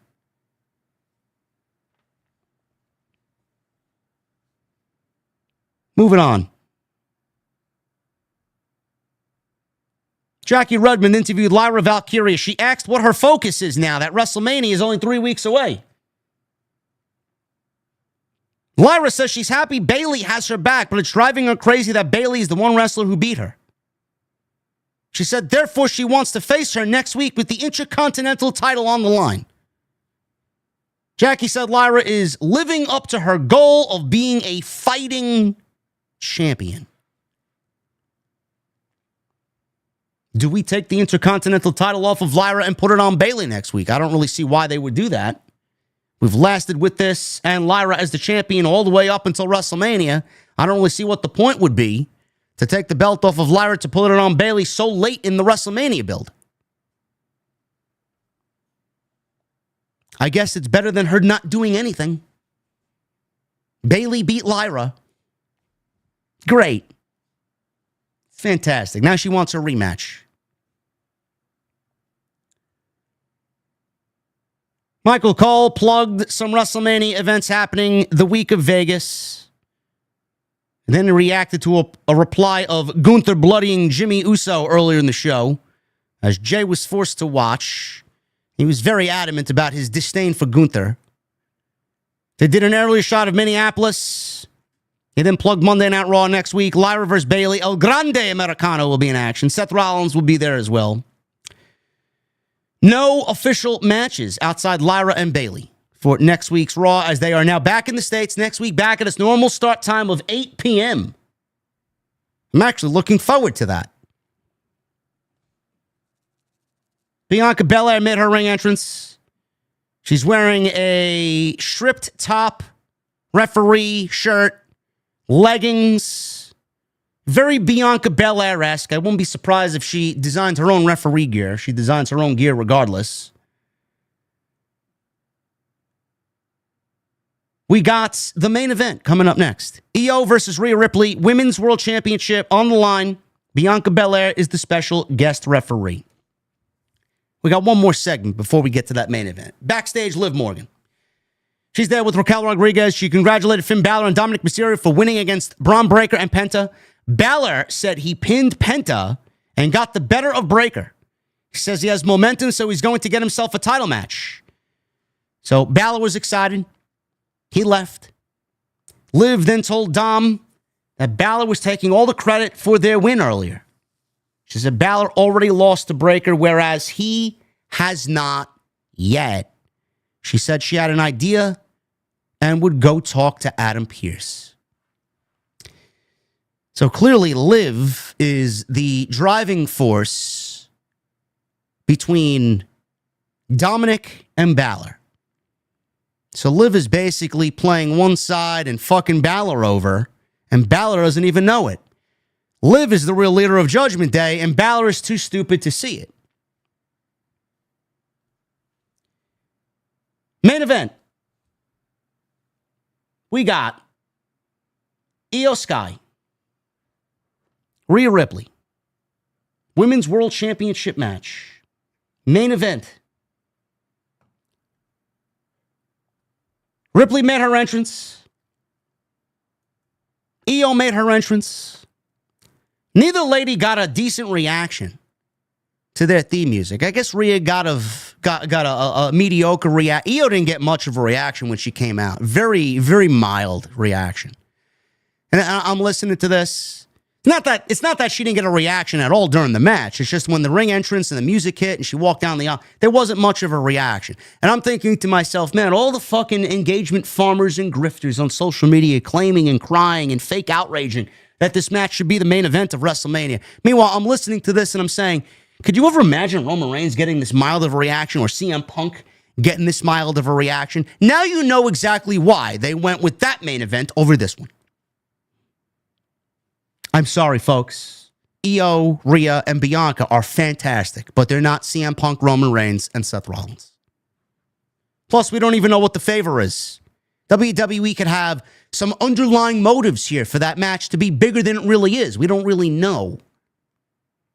We don't even know. So let WWE cook something up, and if they don't, then we can go and complain that they made this match into a main event and there was nothing on the line, and it didn't have a direct effect on WrestleMania's Night 2 main event. Let's cross that bridge when we get there. Women's Championship match. I thought this was very good. TV match was great. This went, I believe this went 15 minutes or so. So, early on,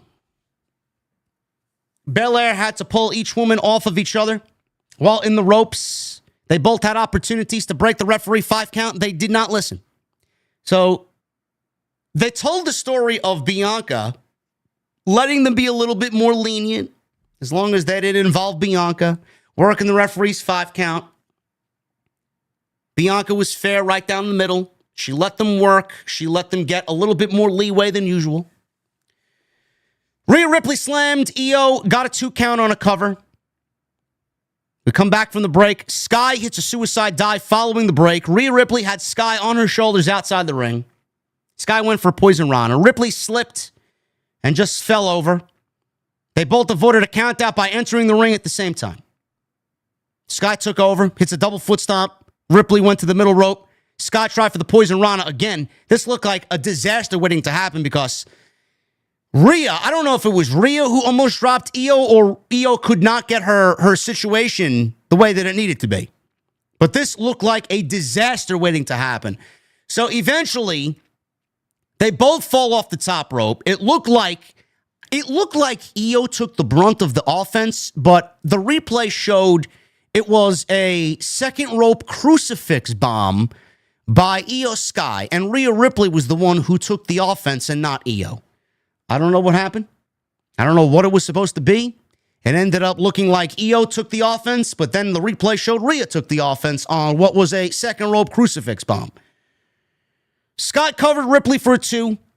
Crowd played along. They were chanting, IYO SKY. They love to sing in the United Kingdom. Love to sing. Io tried a flying crossbody. Rhea Ripley headbutted her out of midair for a 2 count. They trade counters until Ripley hits a fucking beautiful razor's edge. I mean, normally the one giving the razor's edge just kind of falls down. I mean, Rhea fucking slammed her down with the razor's edge. Shining Wizard followed with a near fall 2 count. They traded counters again until Io got back up and she backed into Belair. You could see what was going to happen here. Io ducked a Rhea Ripley oncoming attack, and Ripley accidentally booted Belair out of the ring. Belair took forever to get back into the ring and sold this like death. All the while, Scott tried a cradle on Rhea Ripley. Crowd reacted. They loudly chanted and counted with the pinfall with Belair down. Ripley gets up and hits Riptide. Bianca is still on the outside. Crowd verbally counts to 12. Rhea Ripley could have won this match 4 times over. Belair is still down. She finally gets back to her feet. Ripley told her it should be over. Belair entered the ring to count the fall, but Io, it's too late. You leave Io laying 30 seconds on the fucking floor after a Riptide, she's going to kick out. That's exactly what she did. Ripley argued with Belair. She put her hands on Belair. Belair shoved her back. Ripley attacked Sky in the ropes, so Belair pulled her away. Ripley ends up smacking Bianca. Ripley turns around and ducked upon seeing Io fly off the ropes. Io hit Belair by mistake with a missile drop kick, knocking her on the opposite side of the ring outside to the floor. Ripley attacks Io from behind. Belair gets to her feet in front of the commentary table. We hear her say, "That's it, I had enough." She calls for the bell. Double disqualification. Rhea Ripley ends up attacking Belair. They brawl until Sky wiped them both out with a dive. Io attacked Ripley before Belair attacked Sky. This led to Ripley giving both women riptides. And the crowd chanted, one more time, one more time. They really don't like Bianca Belair in Europe. She's gotten booed the last couple of weeks. One more time here, Rhea Ripley gets back in the ring and delivers a riptide off of the second rope, avalanche riptide, as Rhea Ripley posed with the championship as Monday Night Raw came to a close. I'd love if not unit. I'd love if the UK chanted JD JD from New York. I would love that. I think that would be fucking great. Next time I'm in the United Kingdom and we do a meet and greet, man, we got to get one of them going. I thought this was all right. The last couple of times that Rhea and Bianca, were in the ring, I like the physicality. Rhea and IYO, I don't get a sense that they've been on the same page all that often. I feel like the last two times that we've seen them, the matches have been kind of sloppy. Not that they were bad. I've seen a lot worse in the women's division, but they're not to the level of Rhea Ripley and IYO SKY, and we know what they can both deliver, especially together. I knew this match, you knew this match was going to end up the way that it did tonight. Double disqualification, some fuckery was going to happen, some shenanigans. I talked about this on TNT with Solomon. So last week, got done watching the Lex Luger and Yokozuna WWF Championship match at WrestleMania 10, where Mr. Perfect was the special guest referee. He ended up disqualifying Lex Luger because Luger put his hands on Mr. Perfect because Mr. Perfect wouldn't make the 3 count after the bionic elbow was hit on Yokozuna because of Mr. Fuji and Jim Cornette being in the ring, and Mr. Perfect, like a dumbass, was going over to see if they were all right. Meanwhile, Luger had the fucking visual pin and he didn't count. I didn't think they were going to do that exactly, but something along those lines where the referee would get involved, she would take a bump, it would be accidental. This time we got both ladies accidentally hitting Bianca, and she said, you know what, I had enough. Who gives a fuck? I got my championship match. I couldn't give a single shit about Rhea Ripley. So she disqualified both of them. So right now, Rhea Ripley doesn't have a WrestleMania match. Bianca Belair has her match with IYO. This is all Adam Pearce's fault. This is all his doing. I don't know why he even made Bianca Belair a special guest referee. This is Rhea's counter to Adam Pearce now. Like, this is his fault. All she has to do is go to Adam Pearce and say, look at what you caused. I would have won the fucking title if you didn't make this bitch the referee. So she's going to get another match. She's going to be added to the match. It's going to be a triple threat. And then we're going to be with IYO, Rhea, and Bianca at WrestleMania. It's very simple. I like what they're doing here. I think the match at WrestleMania is going to be a sleeper. I do. And it's not going to main event because Punk, Rollins, and Reigns are in the main event. I thought Monday Night Raw was great. I thought it was the show that they needed 3 weeks to go before WrestleMania. They needed to come out swinging. The sense of urgency that they showed tonight was great. The Cena Cody stuff was fucking fantastic. And the main event, we got direction with the ladies. We got direction with the IC title. Gunther and Jimmy Uso was great. Jay Uso having to watch his brother be beaten into a bloody mess by Gunther. Everything that they did tonight, single-handedly, they elevated all of everything that was coming off Monday Night Raw. They elevated it to where it needs to be. Is it perfect? No. WWE has done a lot of wrong on the road to WrestleMania, but at least tonight, they can start to recover tonight, into next week, into the next week, into the next week. We got 3 weeks till WrestleMania. They have enough time to really churn out some great television and get everything back on track. WrestleMania happening Easter Sunday, I believe, killed some of the road to WrestleMania. And I'm not blaming it just on that. The creative has been lacking. I'm going to blame Triple H. Some of the stuff coming off on Friday Night SmackDown is fucking terrible. It doesn't feel like Mania season. Tonight was the first time in weeks where an entire show felt like WrestleMania season. Looking forward to next week in Minneapolis. Thank you guys very much for hanging out with me on this Monday night. I know some of you are probably now just watching Monday Night Raw, and we'll check in with the post show after you guys finish watching. I know these early shows are fucking everybody's schedule up. But I appreciate you joining me here, man. We had 2,900 people in here on a Monday afternoon for happy hour. Appreciate you guys very much. We are 80 likes away from 1,000 likes. So make sure you guys go and hit that thumbs up. Super chats are open. They will remain open, man. It's the last stream of the month. Let's have a good time, man. So get those super chats in. And please hit that subscribe button down below. Turn on the bell for notifications. And follow on social media at JDfromNY206. Twitter, Instagram, TikTok, and Cameo. Tonight we're sponsored by Z-Biotics. Went to the Atlantic City Beer Fest this weekend in Atlantic City. Took Z-Biotics before I engaged in 4 hours of beer for the Atlantic City Beer Fest, one of my favorite times of the year. I knew I had a lot to do on Sunday morning with the drive back and some errands around town here in New York, and I was good to go, man. Pre-alcohol probiotic got me right back into the game on Sunday morning after the Beer Fest.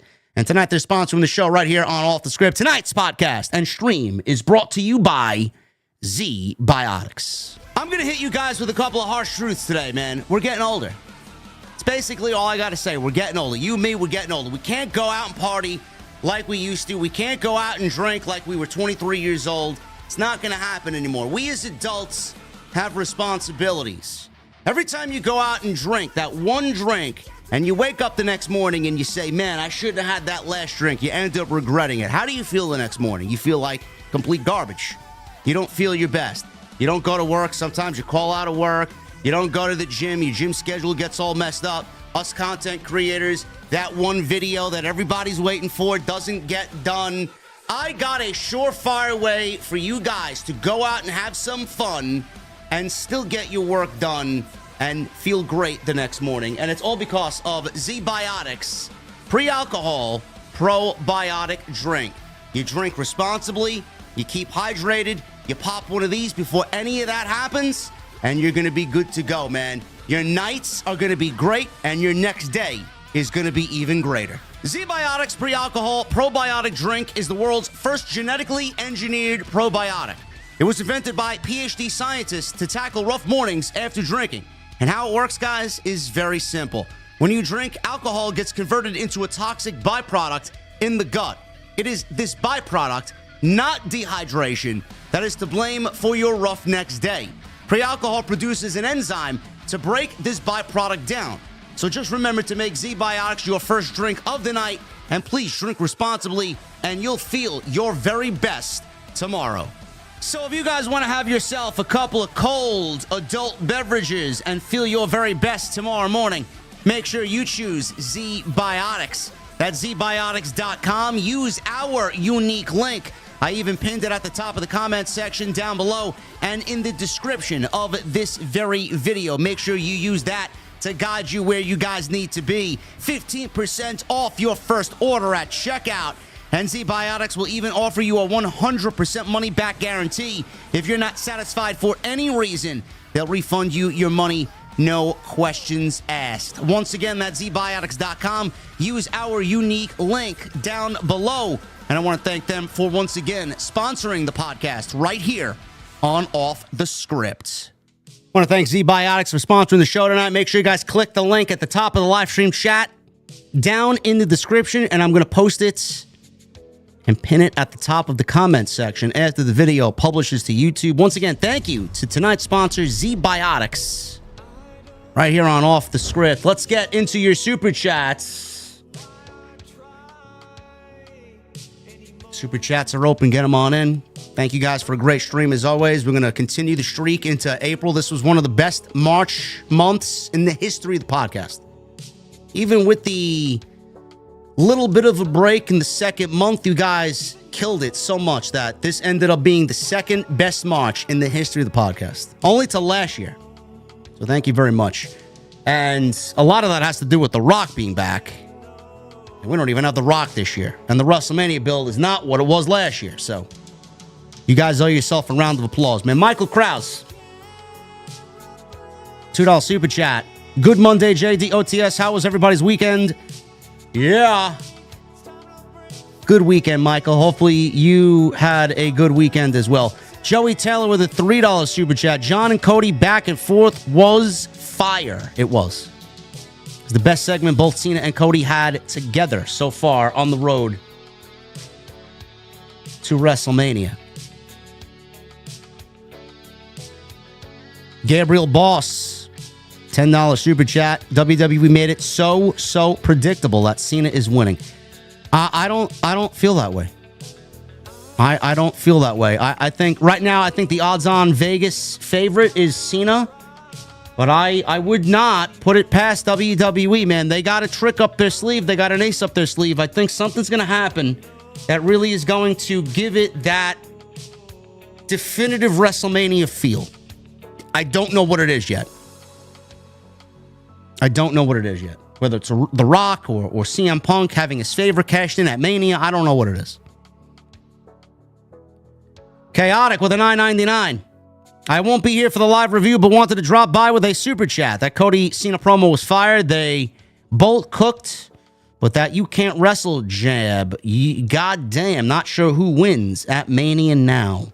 I'm still, listen, I wouldn't be surprised if Cody retains, but my heart wants John Cena. My heart wants John Cena. Michelle Moran with a super chat. $2 super chat. Damn, that Cena Cody promo was fire. What we needed. Absolutely.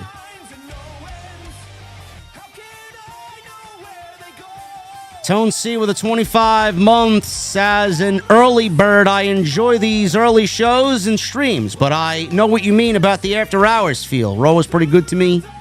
In my opinion, OTS for life. Thank you, Tone C, and thank you for 25 months, brother. Yeah, I like the after hours feel. It's just, it feels a little bit more, I guess, personable between me and the audience.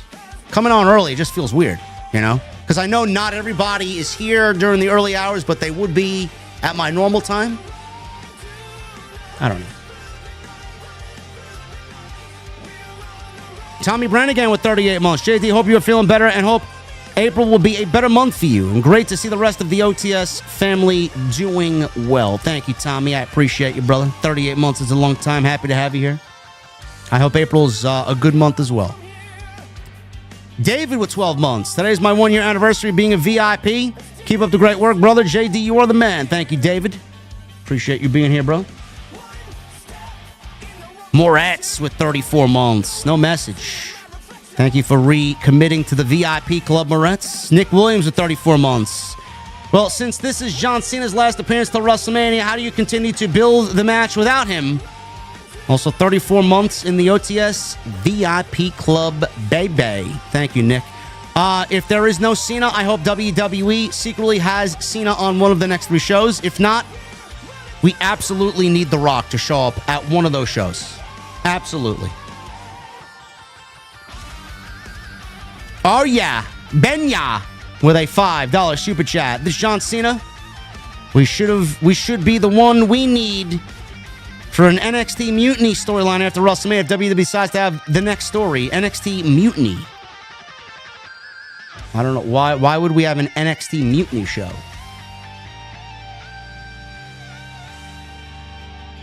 No, we'll probably go Cena Orton. Orton's already called his shot. And they're both on the poster. And Orton's from St. Louis. Walker Stubbs with a $10 super chat. Hey, JD, I love hearing your opinions, and sometimes I wish that you booked the show. I've been watching WWE since 2009. When did you start watching wrestling? I started watching wrestling since WrestleMania 4, Walker. WrestleMania 4. Benya with a 2. A vote for NXT Mutiny. John Cena instead of CM Punk. Emmanuel with a $5 super chat coming to us from the United Kingdom. Sorry, I love long energy entrance. Cheers, JD and OTS family. I do too. I just think sometimes the crowd gets too involved to a point where someone's talking, they have to take several seconds to get back on track, and it breaks up the flow of the promo. That's all I'm saying. Olivia Lover with a $5 super chat. Love and support for the OTS family from Bulgaria. Don't watch the streams live since JD starts at 6 a.m. here. Oh, boy. Well, here we go. That's one positive to starting the stream earlier. We got fans from Bulgaria like Olivia watching the stream on a early Monday afternoon. Thank you, Olivia. Baby Huey with a $4.99. Why did Cena sell that Crossroads like it was the Tombstone? And why did it take Cody 30 minutes to hit with no resistance from John? I don't know. I didn't really dive too much into that. I mean, maybe there's something to take away there. I'd have to go back and rewatch it again. But the fact that Cody is now on top because he's got the only offense between the two, right? I guess that makes him even now. Well, not really. I mean, look at what they did to Cody at the Elimination Chamber. I feel like something needs to happen to Cody on the way to WrestleMania. I don't know what that is, but hopefully we get something like we got last year with The Rock beating the shit out of him. Look at you now type of situation. Jose Perez, $4.99. Hey, JD landed in Puerto Rico today on vacation with the family. We'll catch up to Raw later today, and then your review after. Hope it was worth it. OTS for life. Enjoy vacation with the family in Puerto Rico, brother. Elizabeth with a 1 month. To the OTS family with love. You are amazing people, and JD is a wonderful person. I'm proud to be a member of this community. Thank you, Elizabeth. I wish everybody felt that way.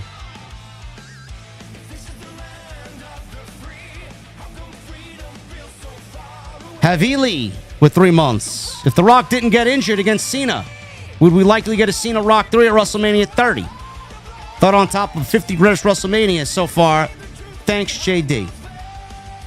I would not be interested, nor would I ever be interested then with a Cena Rock Part 3. Once in a lifetime, twice in a lifetime, 3 times in a lifetime, that sounds utterly ridiculous. Mr. Premium with a $9.99. Sorry about the slow start for your Braves, man. Did the baseball season start already? The MLB season started already. I'm still waiting. Maybe one of these weeks it'll start, man. I don't think it's going to start this week. Excited to see John Cena win the title. Hope you're doing well. Thank you, Mr. Premium. James Mills with a 5. Jay Gunther is going to be a great match despite the IWC bitching. I hope it is. I hope they both shut everybody up. I mean, not every match can be Jericho versus Tomohiro Ishii. Cut them some slack. I would be happy to never see Tomohiro Ishii again.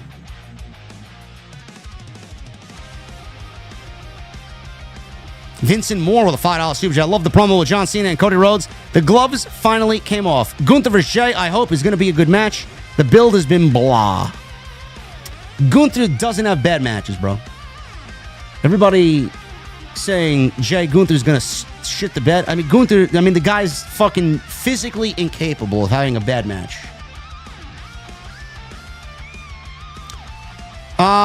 Vincent. Thank you, brother. Timmy No Turner. $1.99. Triple H should have never said WrestleMania season started January 6th. No.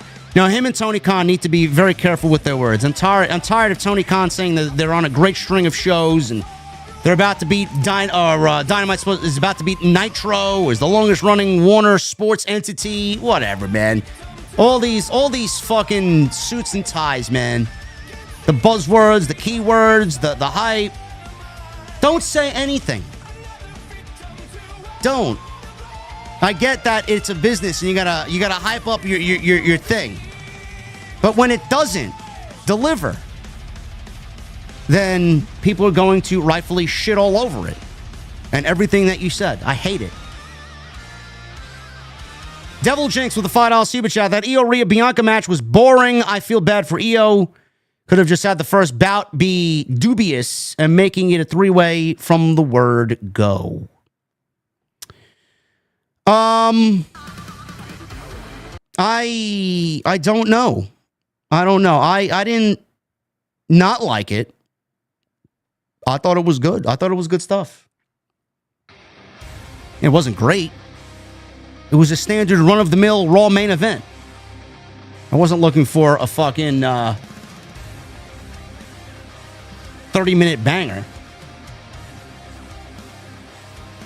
Thank you, Devil Jinx. Why reality sucks with a $5 super chat. I could see Punk screwing Cena and The Rock by getting himself on the main event on night 2, winning the championship, like saying this is for WrestleMania 29.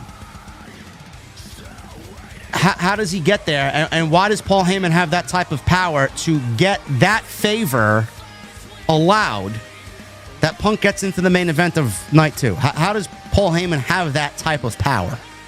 When Punk came out and actively threw Rock under the bus and shamed The Rock and vehemently called out The Rock, why would he even allow that to happen? I don't know. Lauren with a 2 and a 2. John absolutely cooked Cody, my winner at Mania. You got to feel for Io. She deserves better. I don't think John cooked Cody. I think they both cooked together. I do. Black Wolf Inc. with a $5 super chat. These last episodes of Raw and SmackDown felt like the true start to WrestleMania. These last 3 weeks were filler, and now we're getting the main course. Tonight felt like the entirety of the show felt like a WrestleMania or Road to WrestleMania Raw, instead of drips here and there. Thank you, Black Wolf. Ali with a $5 super chat. JD, if you put the tag team titles on the New Day, probably they'll do the same thing and not defend them. That's just my opinion. Maybe I'm wrong. But at least they get heat, Ali. The War Raiders get fucking crickets. They get no reaction whatsoever. Sidro with a $5 super chat. Someone got thrown out of the casino. They totally misunderstood the craps table. You know, being that I frequent Atlantic City, I'm surprised I haven't seen something like that. And what do you call a medieval spy? Surveillance.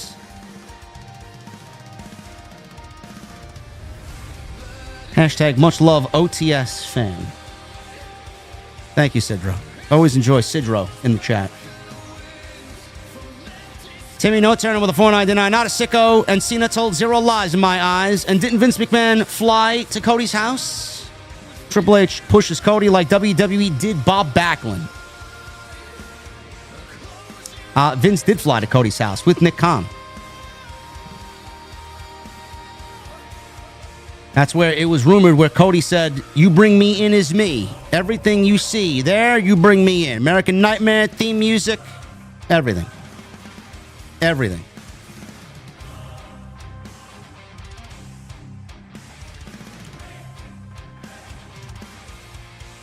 Thank you, Timmy No Turner. Sherrod Jones with a $10 super chat. New to the channel, JD. Love the podcast. I appreciate that, Sherrod. Always welcoming new listeners and new fans. What we do here is great. MGM Bowling with a $4.99. Great Raw, but need some Monday Night Rocks on my Tony Brown mood. Real talk, she'd give the mid-card the best chance at a much-needed boost. Listen, I could see them putting the Intercontinental title on Bayley, only to then have Roxanne and Bayley feud over the Intercontinental Championship. Maybe they're trying to course correct because Lyra hasn't done jack shit with the championship. Furious Nation with a $19.99 super chat. Thank you, Furious Nation. What's up, JD? Great Raw tonight. A lot happened. And forwarded story and WrestleMania build. Just in case I don't super chat tomorrow on Tuesday Night Titans, I just want to say thank you for all that you do and wish me luck. Foot surgery on April 2nd. Let me get those prayer emojis in the chat for Furious Nation, please. Sure you'll come out in tip-top shape, brother. Good luck with that foot surgery. Dylan Logham with a $2 super chat. Coming to us from Australia. Seeing reports, Ilya Dragunov might return in September. I thought he was ready to come back after WrestleMania. That's got to be some misinformation, bro. I think, when did he go down? In September? I think that's the projected. What did he tear, his Achilles or something like that, right? I think he's going to be back. I think he's going to be back way before September. I think that's ridiculous. I don't believe that report at all. Asuka's supposed to be back around May. That's when she's coming back. Thank you, Dylan. Neon with a $1.99. Aiden Ross staying on Kick despite Twitch unban. I don't care. I think those reality streamers are all government plants and they're all fucking frauds. Kal-El with the $2 super chat. I like the early shows. My work starts at 3 a.m. I could see some people liking the early shows. John Wick of Spider Hunters, Nate TV. 32 months. I just realized that Little kid from WrestleMania, Nicholas, has more wins than Asuka at WrestleMania. Also, JD, could you wish my brother a happy birthday? Nate's brother, happy birthday, man. Elizabeth with a Canadian $1 super chat. Thank you, Elizabeth. No message. Baby Huey with a $4.99. Yeah, the women's match was a title match, but the Gunther Uso segment and the way it ended should have been the main event and the last thing we seen on Raw. Looking back at it, I agree. Looking back at it, that would have been a great way to end the show. With Gunther all bloodied, I think that would have been great. English Talents FC with a 2 in Canadian. Will pin Balor. Take the pin at WrestleMania again and lose. I could see that. Whatever happens between Dominic and Finn Balor, I could see Dominic getting the revenge on Balor, costing him that match. And Elizabeth with a super emoji, 279 super chat, leaving the ones. Throwing the ones in the air. Thank you for a great stream, guys. I'm about to get out of here. Take a shower, maybe play some Destiny. I appreciate you guys for showing up tonight. Next week, we're back at normal time. Normal time right back here on the podcast. 8 p.m. Raw gets back to normal. I'll be live around 11 o'clock next week. Follow me on social media at JDfromNY206. Twitter, Instagram, TikTok, and Cameo. Hit that subscribe button down below. Turn on the bell for all notifications. Make sure you guys go check out all the content on the channel and be ready, man. Tuesday Night Titans starts the month off of April the right way.